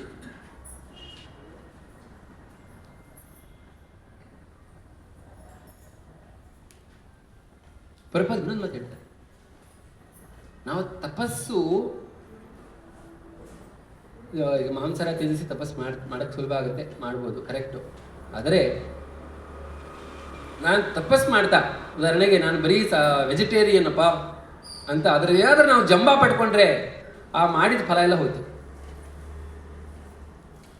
ಅಂದರೆ ಯಾರ ಹತ್ರ ಹೋಗ್ಬಿಡ್ಪ, ನಿಮ್ಮ ಮನೆಯವರೇ ಯಾರೋ ಮಾಂಸ ತಿಂದಿದ್ದಾರೆ, ಅವನು ಮಾಂಸಾಹಾರಿ ಪರಮ ಪಾಪಿ, ನಾನು ನೋಡು ಕೃಷ್ಣ ಭಕ್ತ, ಬರೀ ಸಸ್ಯಾಹಾರ ಮಾತ್ರ ಅಲ್ಲ ಅದರಲ್ಲೂ ಸ್ಪೆಷಲ್ಲು ಕೃಷ್ಣಗೆ ನಿಯೋಜನೆ ಮಾಡಿದ್ದು ಮಾತ್ರ ತಿಂತೀನಿ ಅಂತ ಏನಾದರೂ ನಾವು ಜಂಬ ಪಟ್ಟರೆ ನಾವು ಮಾಡಿದ ತಪಸ್ಸಿನ ಫಲ ಎಲ್ಲ ಹೊಟ್ಟೋದು. ಪ್ರಪಂಚ ಹೇಳ್ತಾ ಇದೆ. ಅದಕ್ಕೆ ನಾವು ನಮಗೋಸ್ಕರ ನಾವು ಈ ನಿಯಮಗಳನ್ನ ಹಾಕೊಂಡಿದ್ದೇವೆ ಹೊರತು ಅದು ಇನ್ನೊಬ್ಬರ ಮೇಲೆ ಹೇರಬಾರದು. ಅವರನ್ನ ಪ್ರೇರೇಪಣೆ ಮಾಡಿ ಭಕ್ತಿ ತಗೊಳ್ಳೋಕ್ಕೆ ಅವ್ರನ್ನ ಪ್ರೇರೇಪಿಸಿ ಅವರೇ ಆ ನಿಯಮಗಳನ್ನು ಸ್ವೀಕರಿಸಬೇಕೇ ಹೊರತು ನಾವು ಹೇರಕ್ಕಾಗಲ್ಲ. ಆಯ್ತಾ? ನಿಮ್ಮ ಮನೆಯಲ್ಲಿ ನೀವೊಬ್ಬರು ಭಕ್ತ ಆಗಿರ್ಬೋದು, ನಿಮ್ಮ ಯಜಮಾನರು ಭಕ್ತ ಆಗಲ್ಲದೆ ಇರ್ಬೋದು, ಅಥವಾ ನಿಮ್ಮ ಪತ್ನಿ ಭಕ್ತರಾಗಲ್ಲದೆ ಇರ್ಬೋದು, ನಿಮ್ಮ ತಂದೆ ತಾಯಿ ಭಕ್ತರಾಗಲ್ಲದೆ ಇರ್ಬೋದು. ಅವರು ಭಕ್ತರಾಗೋದು ನೀವು ಪ್ರಚಾರ ಮಾಡೋದು ಕಷ್ಟ. ಆದರೆ ನಿಮ್ಮನ್ನು ನೋಡಿ ನೋಡಿ ನಿಮ್ಮಲ್ಲಿ ಆಗೋ ಪರಿವರ್ತನೆ ನೋಡಿ ಅವ್ರಿಗೆ ಇವ್ರು ನಿಜವಾಗ್ಲೂ ಒಂದು ಒಳ್ಳೆಯ ಸಂಘದಲ್ಲಿ ಇದ್ದಾನಪ್ಪ, ಯಾಕಂದರೆ ಇಷ್ಟು ಪರಿವರ್ತನೆ ಆದ, ಇಷ್ಟು ಒಳ್ಳೆಯವನಾದ ಅಂತ ಅವ್ರಿಗೆ ಅನಿಸುತ್ತೆ. ಮತ್ತು ಒಂದಲ್ಲ ಒಂದಿನ ಅವ್ರು ಭಕ್ತರಾಗ್ತಾರೆ. ಈ ಜನ್ಮದಲ್ಲೇ ಮುಂದಿನ ಜನ್ಮದಲ್ಲಿ ಆಗ್ತಾರೆ. ಯಾಕಂದರೆ ನಾವು ಒಳ್ಳೆಯ ಅವ್ರಿಗೆ ಉದಾಹರಣೆ ತೋರಿಸ್ಬಿಡ್ಬೇಕು. ಅದು ಬಿಟ್ಟು ನಾವು ಅವ್ರಿಗೆ ಎಲ್ಲ ಆವಾಗಲೂ ಬೈಕೊಂಡು ನೋಡಿ ನೀನು ಬರೀ ಮಾಂಸ ತಿಂತೀಯ ಹಂಗೆ ಹೆಂಗೆ ಅಂದ್ಕೊಂಡು ಚೆನ್ನಾಗಿ ಹೀಯಾಳಿಸ್ಕೊಂಡು ಇದ್ಬಿಟ್ರೆ ಯಾಕಾದರೂ ಭಕ್ತರ ನಾನು ಜೀವನದಲ್ಲಿ ಖಂಡಿತವಾಗ್ಲೂ ಭಕ್ತಿಗೆ ನಾನು ತಗೊಳ್ಳೋದೇ ಇಲ್ಲಪ್ಪ, ಇಂಥ ವ್ಯಕ್ತಿ ಆಗ್ಬಿಡ್ತೀನಿ ನಾನು.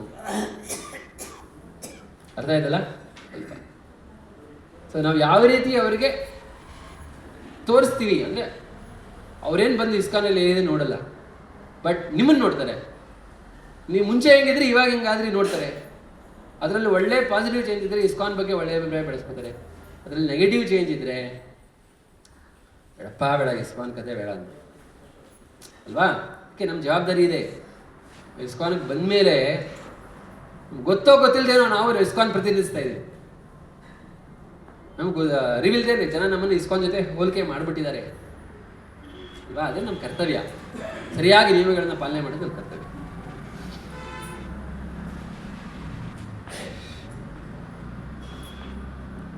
ಈಗ ಮೂರನೇದು ದಯೆ.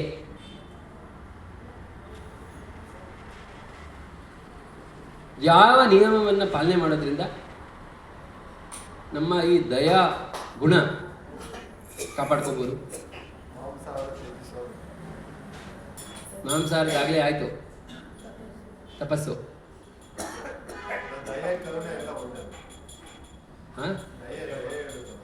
ದಯೆ ಕರುಣೆ ಒಂದೇ.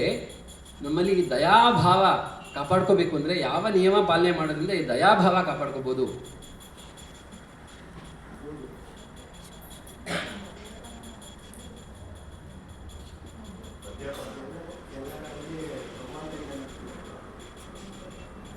4 ನಿಯಮಗಳಲ್ಲಿ 4 ನಿಯಮಗಳಲ್ಲಿ ಯಾವ ನಿಯಮದಿಂದ ಯಾರೋ ಹೇಳಿದ್ರು ಅದಲ್ಲ, ಆಗಲೇ ಆಗೋಗಿದೆ. ಮದ್ಯಪಾನ ಅಥವಾ ಆ ರೀತಿ ಇಂಟಾಕ್ಸಿಕೇಶನ್, ಸ್ಮೋಕಿಂಗ್ ಆಗಿರ್ಬೋದು, ಅಂದರೆ ಧೂಮಪಾನ, ಮದ್ಯಪಾನ, ಈ ರೀತಿಯಾಗಿ ಏನಾಗುತ್ತೆ ಅಂತಂದರೆ ಯಾವಾಗ ನಶೆಯಲ್ಲಿ ಹೋಗ್ಬಿಡ್ತಾರೆ ನೋಡಿ. ನೀವೇ ಯಾವ ಗಂಡ ಹೆಂಡ್ತಿನ ಎಷ್ಟೇ ಪ್ರೀತಿ ಮಾಡ್ಬೋದು, ಕುಡ್ಕೊಂಬಂದ್ಮೇಲೆ ಚೆನ್ನಾಗಿ ಹೊಡಿತಾನೆ. ಅವನು ಗೊತ್ತೇ ಆಗಿರಲ್ಲ ನಾನು ಹೆಂಡ್ತಿನ ಹೊಡಿತಿದ್ದೀನಿ. ಬೆಳಗ್ಗೆ ಎದ್ದು ಕೇಳಿದ್ರೆ ಚೆನ್ನಾಗಿ ಮಾತಾಡ್ತಾ ಇರ್ತಾನೆ ಹೆಂಡ್ತಿ ಅಲ್ವಾ. ಅವನಲ್ಲಿ ಆ ದಯಾಭಾವ, ತಾನು ಪ್ರೀತಿ ಮಾಡೋದಲ್ಲ, ಹೆಂಡತಿ ಮೇಲೆ ದಯಾಭಾವ ಹೊಟ್ಟೋಗಿರುತ್ತೆ ಅವನಿಗೆ. ಇನ್ನು ನೀವು ಯಾರೋ ಬೇರೆ ವ್ಯಕ್ತಿ ಮೇಲೆ ತೋರಿಸ್ತಾನೆ ದಯಾಭಾವ. ಅಂದರೆ ನಶೆಗೆ ಹೋದಾಗ ಅವ್ರಿಗೇನು ಮಾಡ್ತಾ ಇದ್ದೀನಿ ಪ್ರಜ್ಞೆನೇ ಇರೋದಿಲ್ಲ. ಅವರಲ್ಲಿ ಏನು ದಯೆ ಎಕ್ಸ್ಪೆಕ್ಟ್ ಮಾಡ್ತೀನಿ? ಪ್ರಭುಗಳೇ, ಇದು ಫುಲ್ಲಿ ಸರಿ ಇಲ್ಲ. ಮದ್ಯಪಾನ ಮಾಡುವುದು ಒಂದರಿಂದಲೇ ದಯೆ ಬರುತ್ತೆ ಹೋಗುತ್ತೆ ಅನ್ನಲ್ಲ. ಮದ್ಯಪಾನ ಮಾಡದೇ ಇರೋದ್ರಿಂದ. ಆದರೆ ಅಹಿಂಸೆಯನ್ನು ಪಾಲನೆ ಮಾಡಿದ್ರೆ ದಯೆ ಬರುತ್ತೆ ಅಂತ ನನ್ನ ಒಂದು ಅಹಿಂಸೆ. ನಾವು ಹೇಳ್ತಾ ಇರೋದು ಬೇರೆ ಲೆವೆಲ್ಲು. ನಾವು ಹೇಳ್ತಾ ಇರೋದು ನಿನ್ನಲ್ಲಿ ದಯಾಭಾವವನ್ನು ಕಾಪಾಡ್ಕೋಬೇಕು ಅಂದರೆ ನೀವು ಹೇಳ್ತಾ ಇರೋದು ನೀವು ಅಹಿಂಸೆ ಮಾಡೋದು ದಯೆ ತೋರ್ಸಕ್ಕೆ. ನಿಮ್ಮಲ್ಲಿರೋ ದಯೆ ತೋರ್ಸಕ್ಕೆ ನೀವು ಅಹಿಂಸೆ ಪಾಲನೆ ಮಾಡ್ತಾ ಇರೋದು. ನಿಮ್ಮ ದಯಾಭಾವವನ್ನು ಕಾಪಾಡ್ಕೋಬೇಕು ಅಂದರೆ ಆ ರೀತಿ ಹೇಳ್ತಾರೆ. ನಿಮ್ಮ ದಯಾಭಾವವನ್ನು ಕಾಪಾಡ್ಕೋಬೇಕು ಅಂದರೆ ನೀವು ನಶೆಯಲ್ಲಿ ಇರಬಾರ್ದು. ನಶೆಯಲ್ಲಿದ್ದರೆ ನಿಮ್ಮಲ್ಲಿ ದಯಾಭಾವ ಬರೋದಿಲ್ಲ.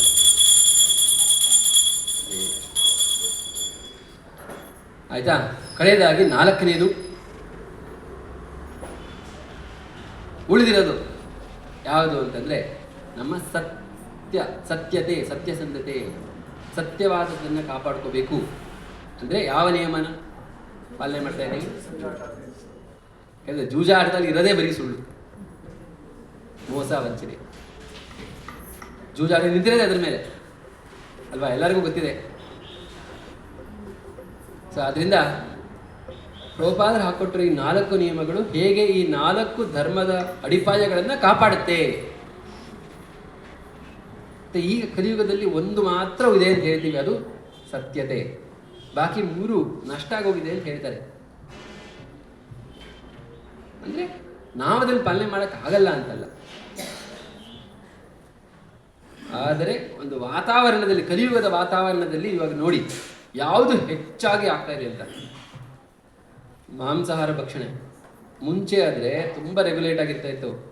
ಯಾವಾಗೋ ಒಂದ್ಸರಿ ಊರಹಬ್ಬ ಆದಾಗೋ ಯಾವುದೋ ಒಂದು ಹಬ್ಬ ಹರಿದಿನ ಆದಾಗ ಅವಾಗ ಅಲ್ಲಿ ಹೋಗಿ ಆ ಯಾವುದೋ ಊರಿನ ಗ್ರಾಮ ದೇವಸ್ಥಾನದಲ್ಲಿ ಅವರು ಬಲಿಯನ್ನು ಕೊಟ್ಟು ಅದನ್ನು ಮಾತ್ರ ಅವರು ಸ್ವೀಕಾರ ಮಾಡ್ತಾಯಿದ್ರು. ಮನೇಲಿ ಅಡುಗೆ ಮಾಡ್ತಾ ಇರಲಿಲ್ಲ. ಅದನ್ನು ಬಂದ್ಬಿಟ್ಟು ಈ ಅಹಿಂಸಾ ಚಳುವಳಿ ಮಾಡೋರು ಏನು ಮಾಡಿದ್ರು, ಅದನ್ನು ತಡೆದ್ರು. ಅದೇ ಅವ್ರಿಗೆ ಗೊತ್ತಿರಲಿಲ್ಲ ನಾನು ಮಾಡ್ತಾ ಇರೋದು ಉಲ್ಟಾ. ಅದನ್ನು ತಡೆದಿದ್ದಕ್ಕೆ ಏನಾಯಿತು, ದೇವಸ್ಥಾನಗಳಲ್ಲಿ ಮಾಡೋದನ್ನು ಬಲಿ ಕೊಡೋದನ್ನು ನಿಲ್ಲಿಸಿರ್ಬೋದು. ಪ್ರತಿದಿನ ಲಕ್ಷಾಂತರ ಪ್ರಾಣಿಗಳನ್ನು ಕಸಾಯಿಖಾನೆಗಳಲ್ಲಿ ಬಲಿ ಕೊಡ್ತಾ ಇದ್ದಾರೆ. ತಡೆಯೋಕ್ಕೆ ನಿಮಗೆ ಅಧಿಕಾರ ಇದೆ, ತಾಕತ್ತಿದೆಯೋ ಹೋಗಿ ತಡೀರಿ. ಅಹಿಂಸಾವಾದಿಗಳು ಅಂತ ಹೇಳ್ತಾರೆ. ಪೀಠ ಅಂತ ಒಂದು ಆರ್ಗನೈಸೇಷನ್ ಇದೆ, people for ethical treatment of animals ಅಂತ.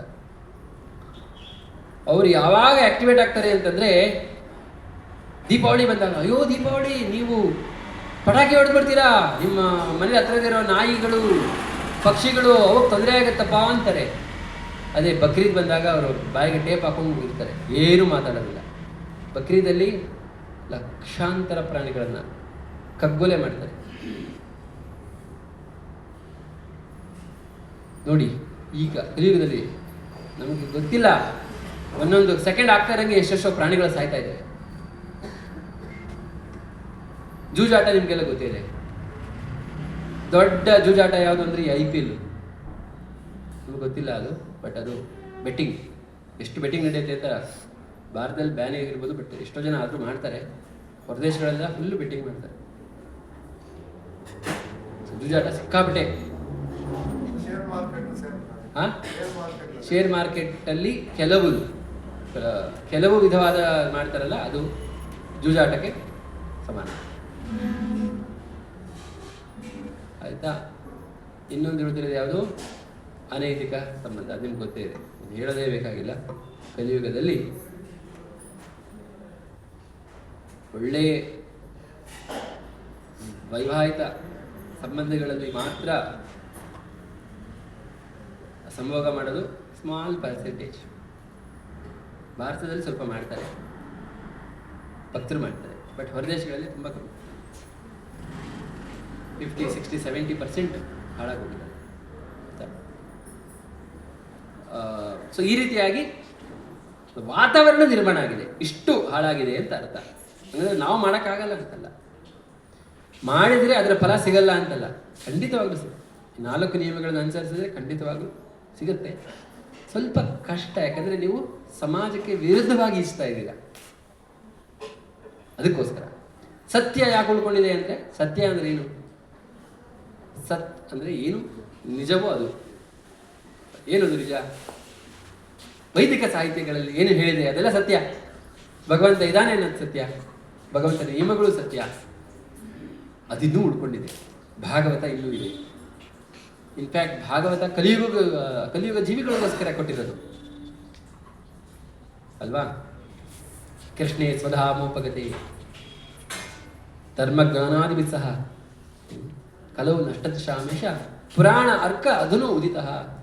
ಭಾಗವತ ಬಂದಿದ್ದೆ ಕೃಷ್ಣ ಯಾವಾಗ ಸ್ವಧಾಮಕ್ಕೆ ತೆರಳಿದಾಗ, ಎಲ್ಲ ಕಡೆ ಧರ್ಮಜ್ಞಾನ ಜೊತೆ ತೆರಳಿದಾಗ, ಎಲ್ಲ ಕಲಿಯುಗ ಎಲ್ಲ ಕಡೆ ತಲೆ ಎತ್ತಬೇಕಾದ್ರೆ ಆ ಕಲಿಯುಗವನ್ನು ಮೆಟ್ಟಿ ನಿಲ್ಲಬೇಕು, ಅದಕ್ಕೆ ಸದೆ ಬಡಿಬೇಕು, ಅದಕ್ಕೆ ಪ್ರತಿಯಾಗಿ ಪುರಾಣ ಅರ್ಕ ಉದಯ ಆಯಿತು, ಪುರಾಣದ ಸೂರ್ಯ ಉದಯ ಆಯಿತು, ಅದೇ ಭಾಗವತ. ಪ್ರಭುಪಾದರು ಹೇಳ್ತಾ ಇದ್ದಾರೆ, ಭಾಗವತ ಧರ್ಮದ ಪುನರುಜ್ಜೀವನವು ಎಲ್ಲ ಬಗೆಯ ಕೆಡುಕುಗಳಿಗೆ ಬಲಿಯಾಗುತ್ತಿರುವ ಮಾನವ ನಾಗರಿಕತೆಯನ್ನು ಕಾಪಾಡುತ್ತದೆ. ಭಾಗವತ ನಮ್ಮ ಉತ್ತರ.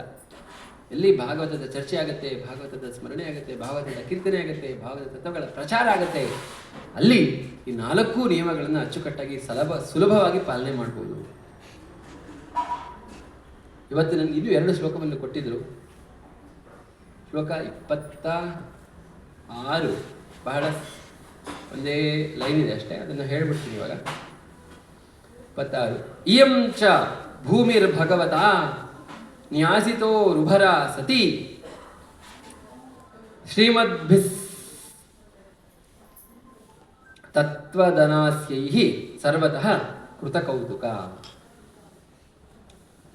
ಅನುವಾದ: ದೇವೋತ್ತಮ ಪುರುಷನಿಂದ ಮತ್ತು ಇತರರಿಂದ ಭೂಭಾರ ನಿಜವಾಗಿಯೂ ಕಡಿಮೆಯಾಗಿತ್ತು.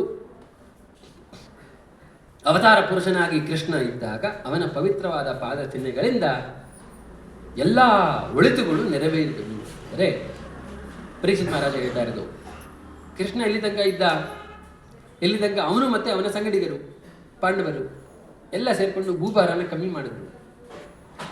ಮತ್ತು ಎಲ್ಲಿ ಕೃಷ್ಣ ಓಡಾಡಿದ್ನೋ ಆ ಪ್ರದೇಶ ಎಲ್ಲ ಸುಭಿಕ್ಷವಾಗಿತ್ತು, ಎಲ್ಲ ಕಡೆ ಒಳ್ಳೇದಾಗ್ತಾ ಇತ್ತು ಅಲ್ಲಿ.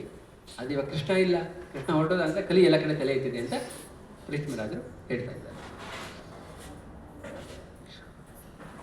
27ನೇ ಶ್ಲೋಕ ಚರ್ಚೆ ಮಾಡೋಕ್ಕೆ ಈಗ ಅವಕಾಶ ಇಲ್ಲ, ಸಮಯಾವಕಾಶ ಇಲ್ಲ. ಆದ್ದರಿಂದ ಭಕ್ತರಿಗೆ ಹೇಳ್ತೀನಿ, ಮುಂದಿನ ವಾರ ಶ್ಲೋಕ ಸಂಖ್ಯೆ 27ರಿಂದ ಮುಂದುವರಿಸಿ. ಈಗ ಮುಖ್ಯವಾಗಿ ಇವತ್ತಿನ ಸಂದೇಶ ಸಾರ ಏನು ಅಂತಂದರೆ, ಮೊದಲನೇದಾಗಿ ಈ 4 ನಿಯಮಗಳು ಯಾಕೆ ನಮಗೆ ಹಾಕ್ಕೊಟ್ಟಿದ್ದಾರೆ, 4 ಧರ್ಮದ ತತ್ವಗಳ ಅಡಿಪಾಯ ಅದು. ಹಾಗೂ ನಾವು ಭಕ್ತಿಯಲ್ಲಿ ಚೆನ್ನಾಗಿ ಬೆಳಿಬೇಕು ಅಂದರೆ ಈ 4 ನಿಯಮಗಳನ್ನು ಚೆನ್ನಾಗಿ ಪಾಲನೆ ಮಾಡಬೇಕು. ಈ 4 ನಿಯಮಗಳನ್ನು ಯಾವ ಭಾವದಲ್ಲಿ ಪಾಲನೆ ಮಾಡಬೇಕು ಮತ್ತು ಈ 4 ನಿಯಮಗಳನ್ನು ಪಾಲನೆ ಮಾಡೋಕ್ಕೆ ಮತ್ತು ಧರ್ಮದ ಪುನರುಜ್ಜೀವನ ಮಾಡೋಕ್ಕೋಸ್ಕರ ಭಾಗವತ ಹೇಗೆ ಸಹಕಾರಿ ಅನ್ನೋದನ್ನು ಇವತ್ತು ನಾವು ಚರ್ಚೆ ಮಾಡಿದ್ದೀವಿ. ಸೊ ನಮ್ಮ ಚರ್ಚೆಗೆ ಒಂದು ಸಾರಾಂಶ ಏನು ಅಂತಂದರೆ, ಭಾಗವತವನ್ನು ಚೆನ್ನಾಗಿ ಅಧ್ಯಯನ ಮಾಡೋಣ, ಈ ಧರ್ಮದ ತತ್ವಗಳನ್ನು ನಾವು ಚೆನ್ನಾಗಿ ಅರ್ಥ ಮಾಡಿಕೊಳ್ಳೋಣ, ಹಾಗೂ 4 ಜನರಿಗೆ ಅದನ್ನು ತಿಳಿಸೋಣ. ಇಷ್ಟು ಹೇಳ್ತಾ ನನ್ನ ಚರ್ಚೆಗೆ ಇಲ್ಲಿ ವಿರಾಮ. ಪ್ರಶ್ನೋತ್ತರ ಮಾಡೋಣ. ನಿಮಗೆ ಪ್ರಶ್ನೆ ಇದ್ದರೆ ಕೇಳಿ, ಇಲ್ಲ ಅನಿಸಿಕೆ ಅಭಿಪ್ರಾಯಗಳನ್ನು ನೀವು ಹಂಚಿಕೊಳ್ಳಿ.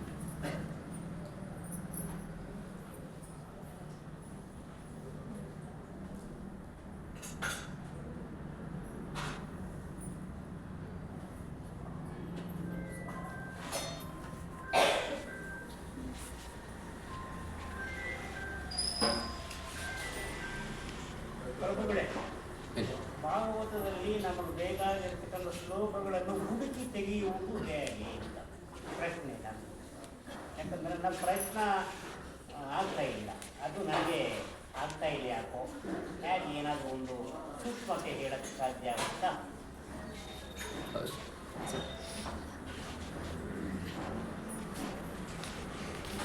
ಆ ರೀತಿ ಮಾಡಬೇಕು ಅಂತಂದರೆ